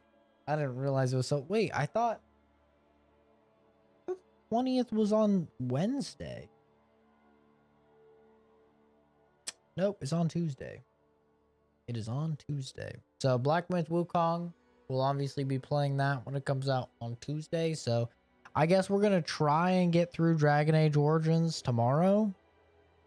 We are basically done recruiting the final faction, so I don't know if that's gonna take us into endgame and take us into the finale or what, but I guess we'll find out. And if we don't beat Dragon Age Origins by the time Black Myth Wukong comes out, we're just gonna have to come back to it afterwards, which isn't that big of a deal because we still have to play Dragon Age 2 and we have to play Dragon Age Inquisition anyway, which we're going to have to do after Black Myth Wukong. But I would like to finish it beforehand so that way we could just start Dragon Age 2 after the fact. But yeah, thanks everyone for stopping by.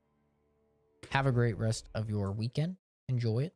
Spend time with your loved ones and all that jazz, and tell your mama you love her, or your dad, or your aunt, or your uncle, or maybe just your friend. Anyway, take care. Bye bye. Where the fuck is my